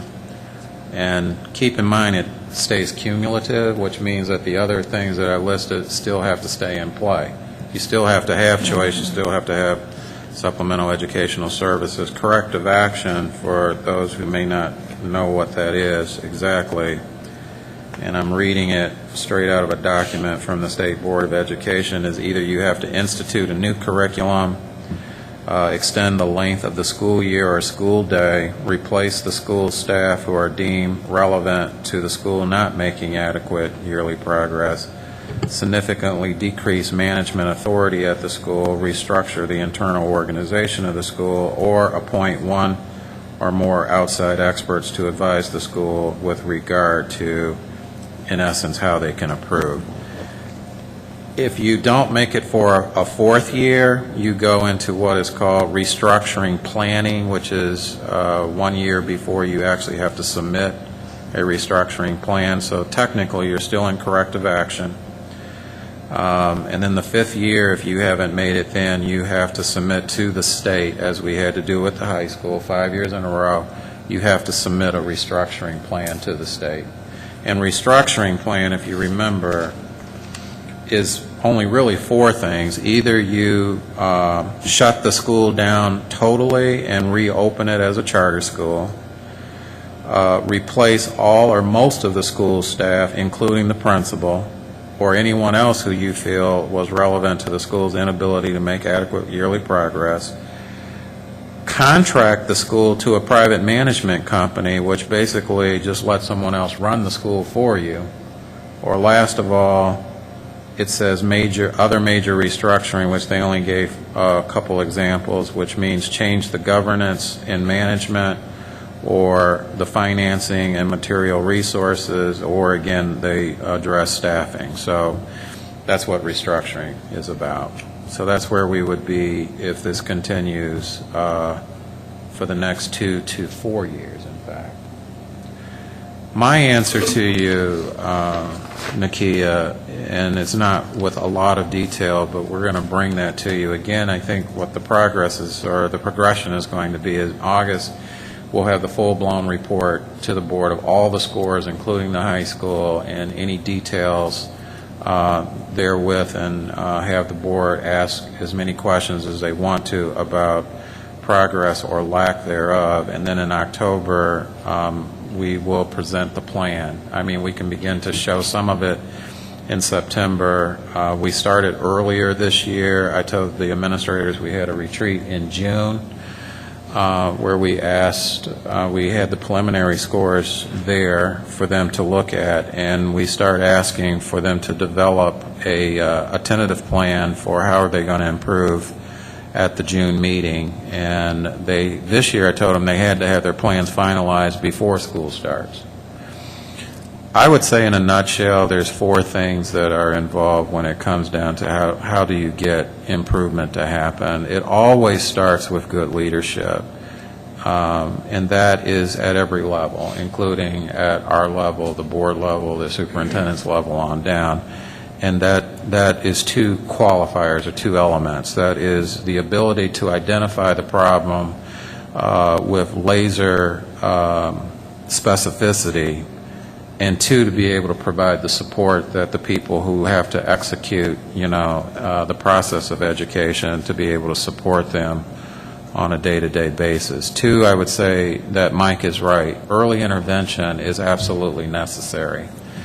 And again, not to make excuses, but this is just a true statement, and it's a statement that can be proven by our facts. We probably have more students that are in need of intervention than we have resources to cover every single one of them appropriately. Meaning, and you know this, Nikita, being in schools, if, let's just say even a third of every child in every classroom is below reading. So 2/3 are above or at, but 1/3 is not. And if it's a class of 30, that's 10. And let's say that you have, 20 classrooms, that's 200 kids that need to be served. And the question is do you have enough reading and math services outside of what the teacher does in the classroom every day, like pull-out, summer school, after-school programs, that every single one of those children are served on a daily basis? is the question that we have to ask ourselves. And I think sometimes we don't have enough coverage to get everyone included into those services, and that's something that we can look at and bring to the board just to let you know, here's the amount of kids that are behind, and here's the amount that are being served by early intervention programs and the capacity of those programs, just so that we can look at it, not to make an evaluative statement about it, but just to look at the bare facts of, do we have enough coverage. The second is that what we have to do is, when you possibly do not have enough early intervention coverage, then the only thing, it's not the only thing, but the thing that's left that we can control is that you have to strengthen teaching. I mean, you just have to. And strengthen teaching means that our teachers have to have more tools, they have to have more strategies, and they have to know how to strategically teach to the needs and make those adjustments on the fly, as needs are presented to them. And there's a multitude of needs. The one fact that I wanted to, and I'm just using this as an example, that makes it a challenge for our district, and especially at our high school, and we're beginning to see this now, even at our elementary school, and this is the fact that we're going to show the board, because it was just sort of amazing to me when Mike did this analysis. I think we looked at the last, maybe if it's not 10 years, it was at least 6 to 8 years of just our math department at the high school. We looked at all that's been hired and how long they've stayed here, and the average length of stay for our math teachers in the last, I think, 10 years or 8 years, and Mike could be more specific about it when he shows it, the average stay is 2 years. Which means that we're turning over our department almost every 2 years. We're having a massive turnover. Last year we lost, 8 or 9 math teachers out of a department of 12 or 15. And this year, how many math teachers have we lost already? 5. And the summer's not over yet. So what I'm saying is, and we've had some good math teachers, but for whatever reason, if you can't keep them here, and then you have a new crop of teachers that you have to retrain to what your expectations are, and I think the research is very clear.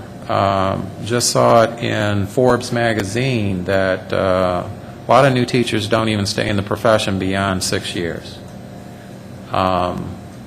It takes time to be good. We're not necessarily, we're getting a lot of, now since I have children in their 20s, I think of these as almost children.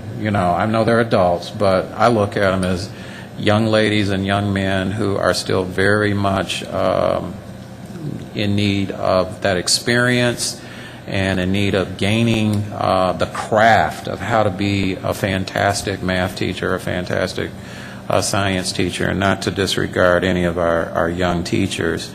But when you're turning over at the rate that we're turning over, strengthening the profession as far as strengthening teacher just becomes more of a challenge. I'm not saying it's impossible. I'm saying it's a challenge.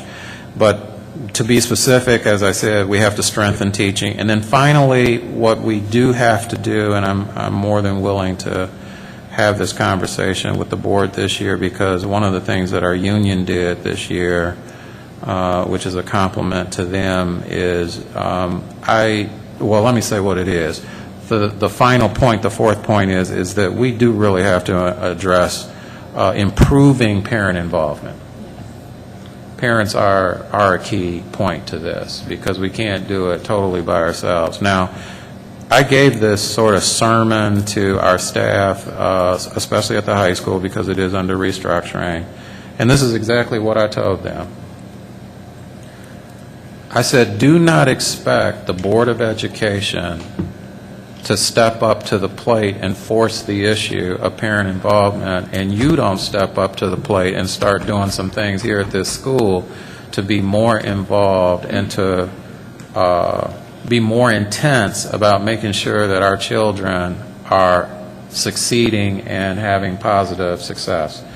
And one of the things that I tell them, because they were, a lot of them were complaining about, we can't get kids to do their homework. Well, I told my stories. I said, look, homework wasn't an issue with me. I used to teach in the city of Chicago. Because what I told my kids is, if you don't have your homework done, it's going to be all-out war between me, you, and I said, and I'm going to bring your parents into the fray. Because if I have to come to their doorstep, that's what I'm going to do. Because you are not going to not do my work. And I said, I used to coach, and that was an excuse. Because, yeah, I got to coach, but guess what? You're coming to practice with me. Because you're going to sit there at that seat and do my homework while we practice. But you're going to do my homework. So I told them that we need to have a mechanism where we can have time for students to stay after school and get help from their teachers, retake tests if they have to, get tutoring, whatever, without it being dependent on people who might want to stay, can't, maybe I can stay, maybe I can't. So they actually put it in their contract, just like if you remember Pastor, Reverend, or Mr. Stevens, however we want to, I still think he's famous for this day. I mean, Mr. Stevens and I goes back. But what I count and give him credit for is when he came to the board and demanded the fact that we use more technology so parents can have access to grades. It was him that caused the whole thing of why we have Skyward or educator access or family access to this day. I give him the credit for it. And so what I'm telling you is that the union agreed, and that got into their contract. It's in their contract that they're supposed to do these things. Now, again, we have to work on some of our staff, but for the most part, most of them do what they're supposed to do. But what our union actually agreed to is that not this year, because mainly, believe it or not, it was the security issue was still cloudy, and what I'm about to say is tied to security because they felt if we don't have security, we don't want to agree to it right away. So they agreed to implement it the following year, meaning 2011, 2012. They're going to alter their school day so that there is a half hour at the end of the day that teachers, all teachers, will stay after school and work with kids. Now that's in there. I can show it to you, memorandum of agreement. And so what I think this year has to be about is we need to advertise that and praise our teachers for taking that brave step. They took a step forward. Now I think what we have to do as a board and as administrators is take a step with our parents and say, if your teachers, well, again, I could only do that with the high school, so I didn't get the whole district to agree to that, but the high school teachers agreed to it. But let's just deal with the high school for right now because they're on restructuring. We need to start dealing with our parents at this level. Maybe we can get it, down the pipe, down the grades to say, your teachers are willing to step up. Now, what are you willing to do? And I think I told this story. I'll say it in closing because, I'm just trying to answer your question. When I went to California 2 years ago to see this group of schools called Green Dot Schools, and you can look them up online, it sounds just the way it is spelled. Green and dot put together is one word, Green Dot Schools. You look them up online, they're a group of charter schools in California, and they're all high schools. And one of them, Nakia, well, first of all, they serve all minority communities, so they're predominantly African American and Hispanic schools. And one of their schools, there's about 10 of them now, made U.S. News and World Report as one of the top 100 high schools in the country. And it's not a charter, it's not a choice school or, special, requirements to get in. They accept anybody on this condition. This is what I love about it. They have defined parent involvement as just doing two things. That's it. They have a program called Power School, which is the same as like our Skyward. Power School is a little more comprehensive, but it used to be owned by Apple. It's now owned by Pearson. But it's where you can see grades online and all that. And they said this is the only requirement to get into our school. Only requirement. We don't care if the kid is failing, has straight F's for 5 years. They can come, but you got to agree to these two things. One is you have to check their grades every week on Power School, and we have the ability to see if you're doing that. And number two is every meeting that we do call for, and we don't call for a lot, you have to be there. And if you don't, we're putting your kid out of the school. And because of that, their schools, I believe that is the main reason why their schools are achieving. You hit it on the nail, because I think that may be the missing piece, because we can, scream high expectations all day long, but if it's not being reiterated at home, or parents are not understanding this is the level of expectation that we have, what we do is just going to be in vain. And I think you and I had a conversation about having maybe even like a parent center. A lot of these parents would love to help with homework and things like that, but I look at my kids' math now, and I consider myself good in math, but it's like a foreign language.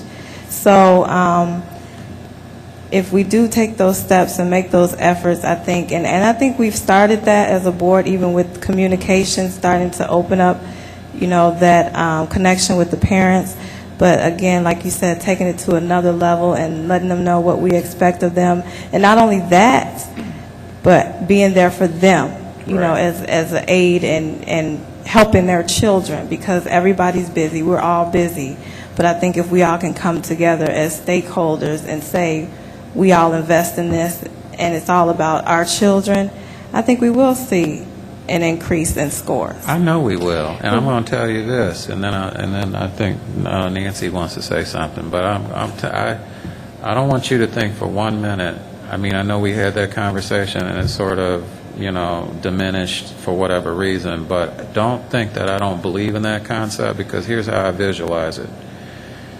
Like I said, when I saw that school, or actually we went to go see several of them in California, and when they said basically it's just two things, and here's their other thing, they said just keep it simple with parents. Don't ask them for a long laundry list of all kinds of stuff that they may or may not be able to do. Give them stuff that basically it doesn't even rely so much on their education, but that they still can do. And I'll never forget this as long as I live, and I don't even have to say this, and I know it's public, but I'm going to say it anyway.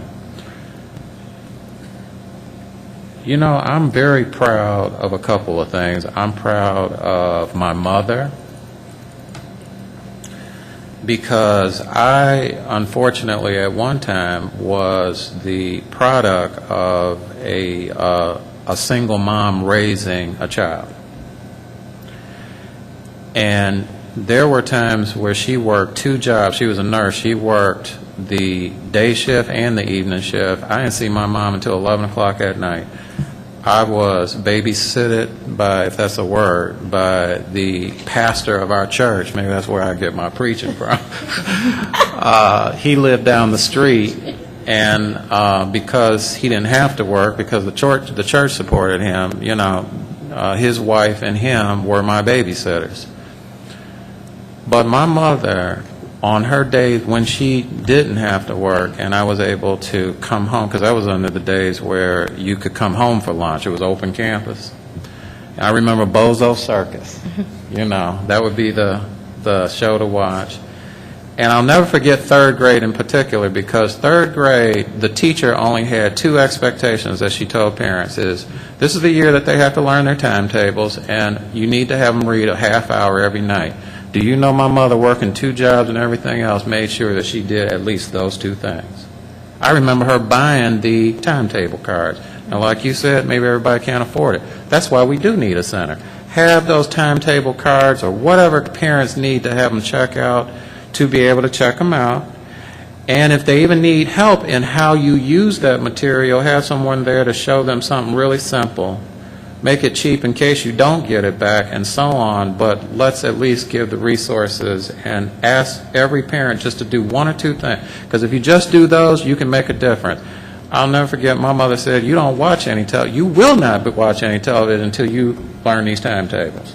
And every night we're going through flashcards. And I had to read a half hour every night and tell her what I read. And I think I'm good because of my mother. I'm going to be honest, it wasn't the school, it was my mama. Right. Well, my mama did it. And praise to God for her. But that's what's important, and I think too often parents, in my experience, have felt that when the words parent involvement are said, that means they need to be up at school and they need to be all involved in volunteering. And to me, I think we need to define that as a board and what parent involvement looks like. And maybe not so much parent involvement as parent cooperation. And that when a teacher sends you an email or takes the time to call you and this is happening, not to have that stance of you're picking on my child, why are you, you know, by and large, we all know that, you know, the vast majority of the teachers are in this because they want to teach the kids. It's not that they have a vendetta against your child. And I think, you know, it puts up these barriers, and then there's this animosity, and it's no excuse then. You know, oh, that teacher doesn't understand my kid, and my kid, you know, wasn't wearing their belt the wrong way. You know what, if they call home and say they did, the old way was what? The parent, thank you for calling, and you know what, your kid doesn't wear their whatever the wrong way again, right? Right. And that's the problem, in my view. I wanted to say that you spoke about our you know, our funding, and I think it is going to be very critical, as I've always thought, to capitalize on our situation. We don't have the funds that we used to. You talked about the teachers needing to do some additional things. First of all, you know, we've cut some of the resources this upcoming year, so it's going to be even more difficult for us to meet some of the expectations that are listed here just from even last year. So, I mean, I think, you know, one of the things that we could do as a board right now, I mean, people have been coming out here, you know, and if they haven't been coming out, they're listening. And so the bottom line is, to every chance we get, and even to articulate that to the staff, because I agree with you, Nancy, it's a two-way street. I certainly don't think an educator gets into it for the money or anything, you know, the love of the skill or the craft. But at the same time, it's, you talked about whether a parent, how do you address an educated professional? It's almost an insecure situation. The mom, what are you saying? Johnny is stupid, and for lack of a better word. And so we all need to find a way to communicate properly. I agree, this center or something that doesn't make a parent feel isolated and insecure. You know, we have to watch how we talk to people. It's one thing to say a certain thing, Johnny didn't do his work, but somehow we have to be mindful of how we say it and how we articulate it, because in some ways I think we can embrace and bring the parent over to our side, meaning the teacher, if we just simply, I mean, we need to be humble. And even now, for lack of a better term, we need help from our community partners, from everybody, because the bottom line is, you said it, John, your mom, everybody's situation is pretty much like your mom's was back in the day. It's probably even worse so now. But the bottom line is to be humble. There's a need for that, and to say we really do need you, not you should do it. And, you know, because everybody is not in the, they had children. They're not necessarily receptive of their parental right, as you said, but to engage people in a situation where we invite them to participate kindly, and yes, it's very much needed, and I know somebody's going to say, well, we can't baby parents, but we need to take baby steps to get a larger outcome. And I definitely do think that utilizing what we have, you know, looking forward to this year, we don't have the adequate funding to put the proper resources in classes, so parents, we're going to need you to come out and to do your part. I mean, and that means to, you know, and it is interesting because when you talk about the high school, what does a parent do aside from coming to sit, you can't sit in a classroom, so really having that at some of these parent meetings, the start of school, what we have available for you to do. Don't let it get to the end of the first semester, well, could you start helping Johnny do X, Y, Z? We need to start that now. So if it's going to be some kind of board initiative, I think we need to start the discussions now. May I? Go ahead. Just briefly. Some of the people on the board may recall, when we reopened the middle school where it is now, the thing that got parents to that school, we deliberately and strategically developed a parent resource center in the school. Parents don't come to the schools because, for one reason, they don't have a physical place that they can be that is welcoming to them. And we had parents, because I was the principal there then, and we had parents on a rotating schedule who serviced the Parent Resource Center at the middle school. Now, we did something, not that we haven't done a lot of things right over the years, that was one thing I recall vividly that we did right. They got parents in the school and they had ownership. So as a BEP or whatever you want to call it, project or initiative, that would be one that would be the foundational pieces, I think, or piece that will attract parents to the school, because now they have a place to go. They have a place that they can work with maybe a teacher on a planning period who maybe volunteer a little bit of time to allay their fears about how to help their kids with math at home, and so on and so forth. So I think that would be, we're forced now to seize the opportunity, and I think that would be a quick way to do it. We can find a space in any of our schools. We created a cubicle at the intermediate center. You know, we had an actual room built for Parent Resource Center at the middle school when it reopened, but we put a server room in there. Mary, Right. Tom, anybody want to comment? Yeah. Mary, Tom? About this? No, I agree with everything, because one of the things I firmly believe is scholars are made at the kitchen table. That's right. That's right. Mary, anything? I like that. Damn right. No, I It's agree. true. I mean, I'm with John. My mother, I came over when I was 5 years old. My mother knew nothing of the language, and she basically helped me through first, second, and third grade. I mean, it's my mother who pushed me, and it's the parents that have to push their children, and we have to figure out how. Yeah. Stay on topic, though. My oldest is autistic.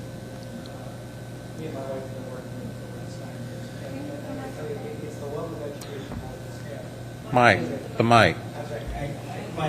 My oldest is autistic. Both my wife and myself are both educators. We've worked together for the last 9 years. And, the greatest part is he doesn't learn like everybody else. He has a different way about it. And so whenever I'm in the classroom, and I know Laura feels that way, it's that there are successes in every student we have. You can't necessarily be measured. I know I'm the director of assessment. Not everything can be measured. What's important on this journey that we've taken, and we're not happy with all the results are, the students have to enjoy being in school. They have to enjoy being learning. And though this was a test score that was done to them, it doesn't have to be a cross that they have to bear, because everybody's succeeding. And though we didn't reach that benchmark the state might have set, that student might have come a very, very, very long way. And again, my own personal feelings of my son is that they just got done with ISAT testing in his district. He scored the highest in the math logic. I can't talk to him because his logic is befuddled, but it's every student achieves in one in a different way. Those successes we have to be able to identify. We have to kind of bring that out. We have to feel that they are successful in something, because we'll find that those connections start coming through. And that's why everything we talk about here is about relationships. And the relationships that teachers have with their kids have to be embraced, has to be fostered. And the best way that we can do that is that triangle that we have in the family, is that mom and dad have to be a part of that also. And anything that we can do to be able to foster that, either through the curriculum office or through district office, or also we've got opportunities in all the buildings, is something that we have to foster. But not everything is going to be measured here. I know that's my office, but I find out that we had summer school this week. I went to those classes. Those kids are learning. They're having a good time. They know that there's only a week left. If you go to have an opportunity, look inside the auditorium. We've had kids working all summer on the set. It's a beautiful set. We've done a nice job. We stopped in today to take a look at it. So there's successes across the district, and anything that necessarily we bring here, we find out that some of our schools might be going into status. I can tell you, all the schools are going to be in status in 2 years.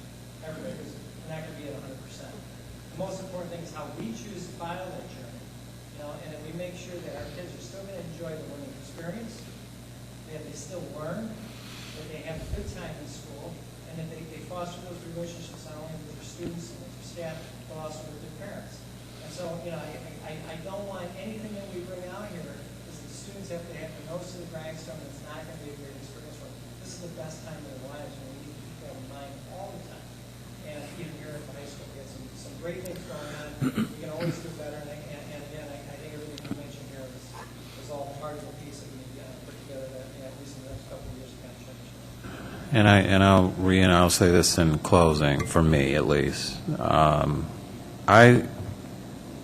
I want the board to be proud of what they have accomplished so far as a board. I know in talking with all of you, and especially some of you, you want to be a change agent, and I think collectively that's going to happen. And when we think about the high school in particular, you know, first of all, by board action, this beautiful facility that we sit in tonight is a result of the board and the community working together to have a vision, to have a nice place for students to learn. We chose to have new leadership here. We are putting into place curricular pieces. Out of all the cuts that we made, probably outside of the fact that we reduced at one period, we tried to keep intact as many interventions and extracurricular things to make this still a school that kids would want to come to, as Mike talked about.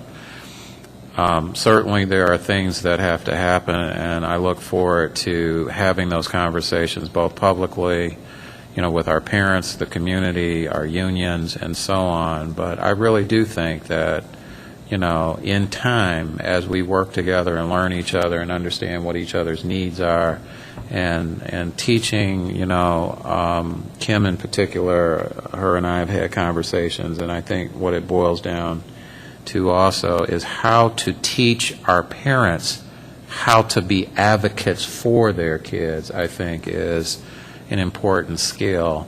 It's not so much, I think, like you said, Nakia, sometimes the curriculum rises above the parent at a certain level. I as good as I think that I am, that when my kids got in high school, I could not help them with all of their subjects. I mean, that's just that simple. I mean, I forgot how to do chemistry and a few other things.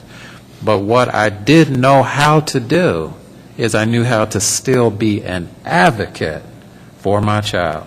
I might not know the chemistry. I might not know how to do the physics. I can't help you too much with some of this homework, but I know if you get in trouble, I know how to work the system to become your advocate. And that's what we have to teach. And Kim is right. You cannot berate parents. You know, first of all, they are not children. So speak to them as an adult and speak to them respectfully, because they are nobody's child to be spoken to in disrespectful tones.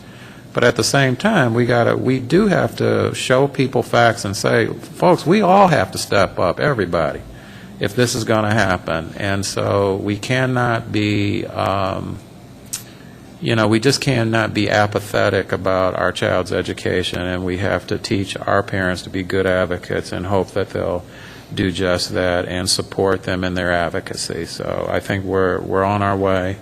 We'll give you more information, you know, in the next month or two, specifics as to exactly what we'll be doing in our schools to help raise these scores. But I think a key point eventually is going to have to be the board having a discussion about defining parent involvement the way we would like to see it, and if it's legal to be able to put some policies in place that maybe we can enforce, but at the same time be supportive of parents that might need that extra help to help them be involved. So I'm all for it.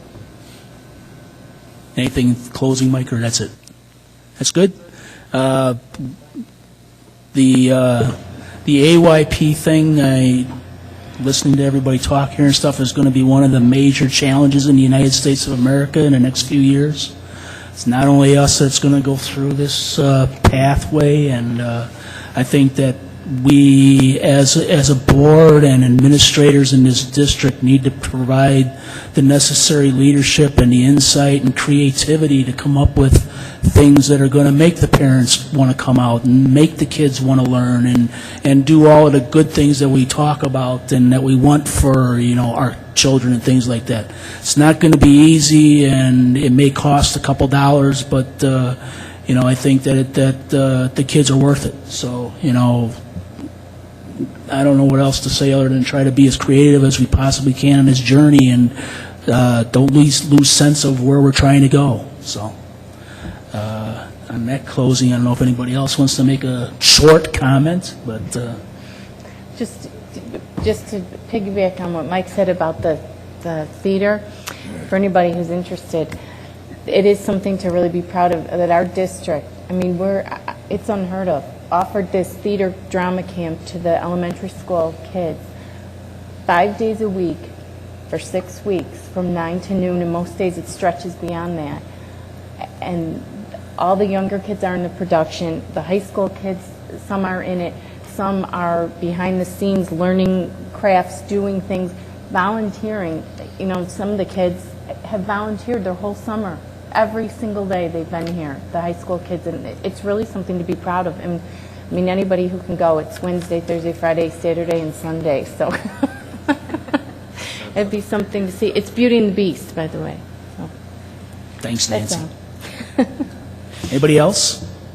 If not, then we got old business here is next on the agenda, which is the Exchange Street update. I don't know if Daniel wants to say a few words about that. I know everybody's excited to hear about this.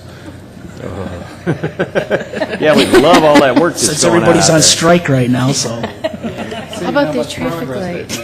Yeah, they're negotiating tonight. So. And they're done already.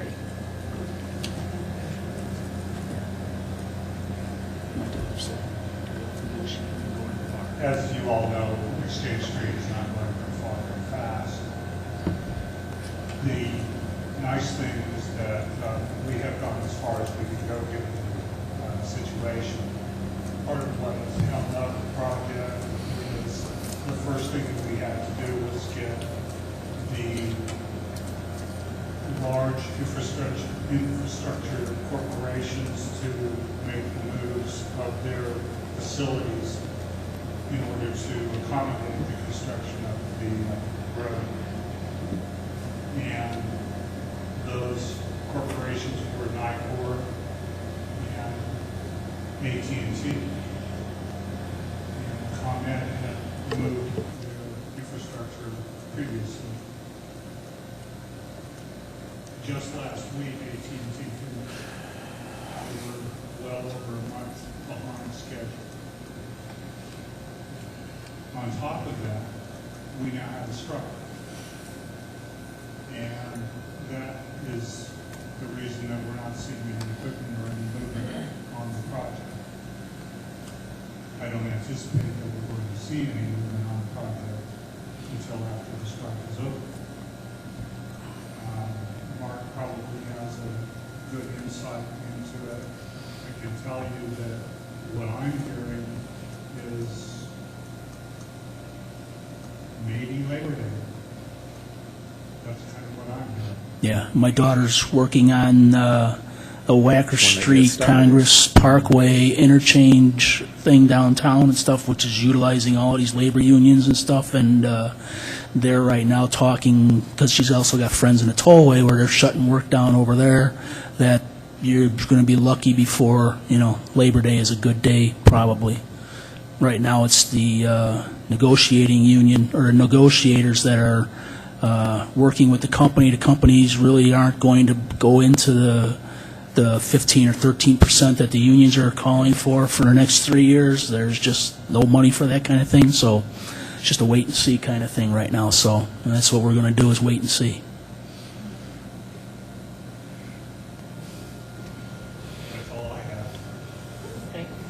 Okay, and I'm sure that George is going to start working with the transportation so that once it starts, since it's going to be smack dab in the middle of the beginning of the school year, that we'll have a plan in place to try to minimize as many traffic issues as possible, working with the village and so on, and most of all to make sure ultimately that our kids are safe and our parents are safe as they, many of them, take their kids to school. Right, George? Okay. Good. We also had talked in the Finance Committee about a drop-dead date for starting this project, because of completions and all of that. I don't know if that was, the end of August as a start time, or is that I don't know how they can push schedules and things like that up, based on weather conditions and all that. And I would say start at Thanksgiving and count backwards. Okay. 75 days. The other thing we want to do is check with the village about the ERA money that's been made available for it, to make sure that it will be available if we can't start, that when we do start, it's still there. It's important because if we do want the feds paying for 80% of this, not us. Okay, thank you. Any other questions? No?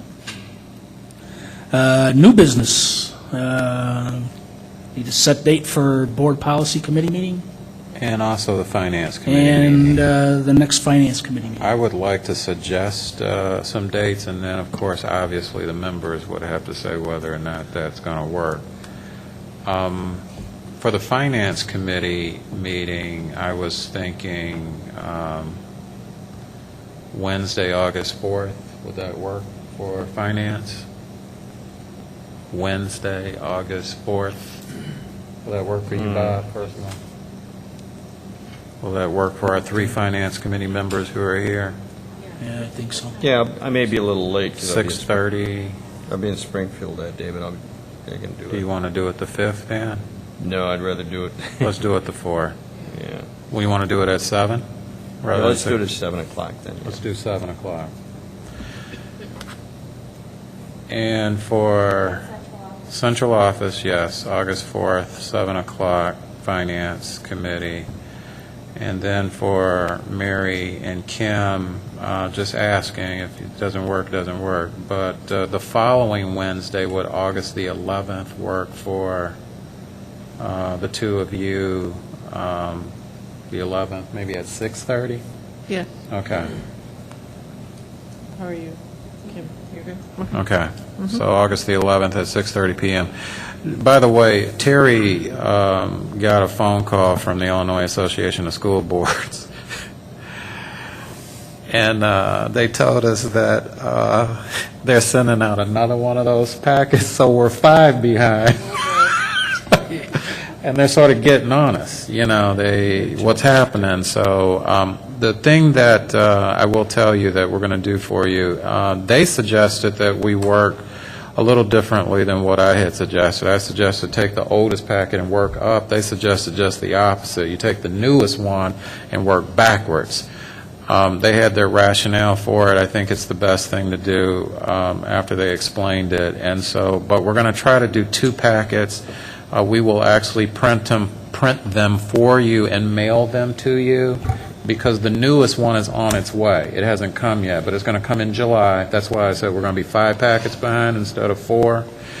And it's just a matter of, you probably have read them, at least one of them by now. It's relatively easy. They pretty much tell you what you need to consider, and we just need to read the packets, go through it real quick, and hopefully knock off 2.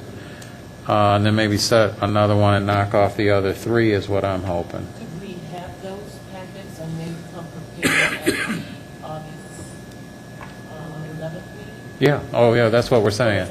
Yeah, we're gonna copy them for you and mail them to you, and still put them online.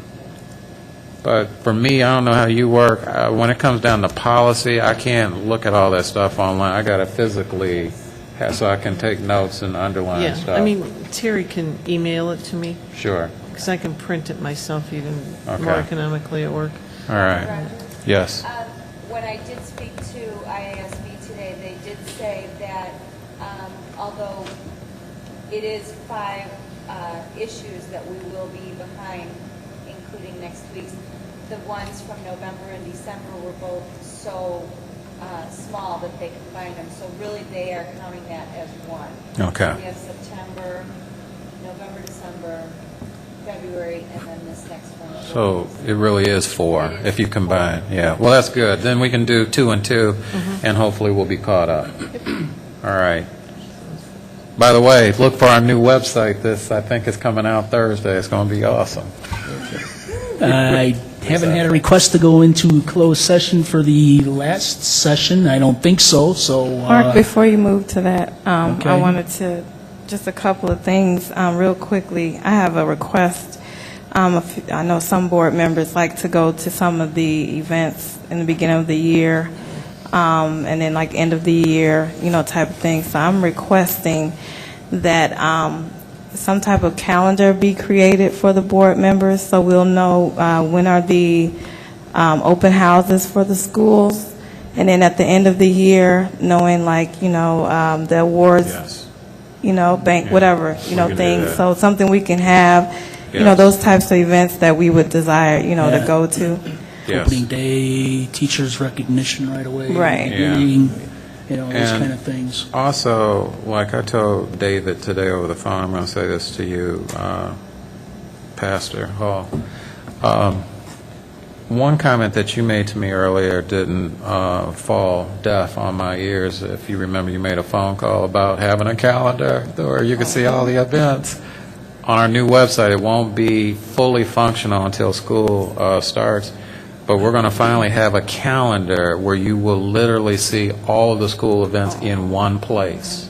I'll still send you the important stuff, the things that you're requesting, but we're going to finally have a calendar where you can look at one calendar and see everything that goes on in every school on that day. So we won't have to be looking all over the place. And then I just wanted to bring up briefly something that came up in our board policy meeting. I think we all had kind of talked about using the around district time for schools to come forward and kind of have like a little 5-10 minutes of fame, so to speak, just so we know what's really going on in the schools. Have we looked into doing that and what type of way we could do that?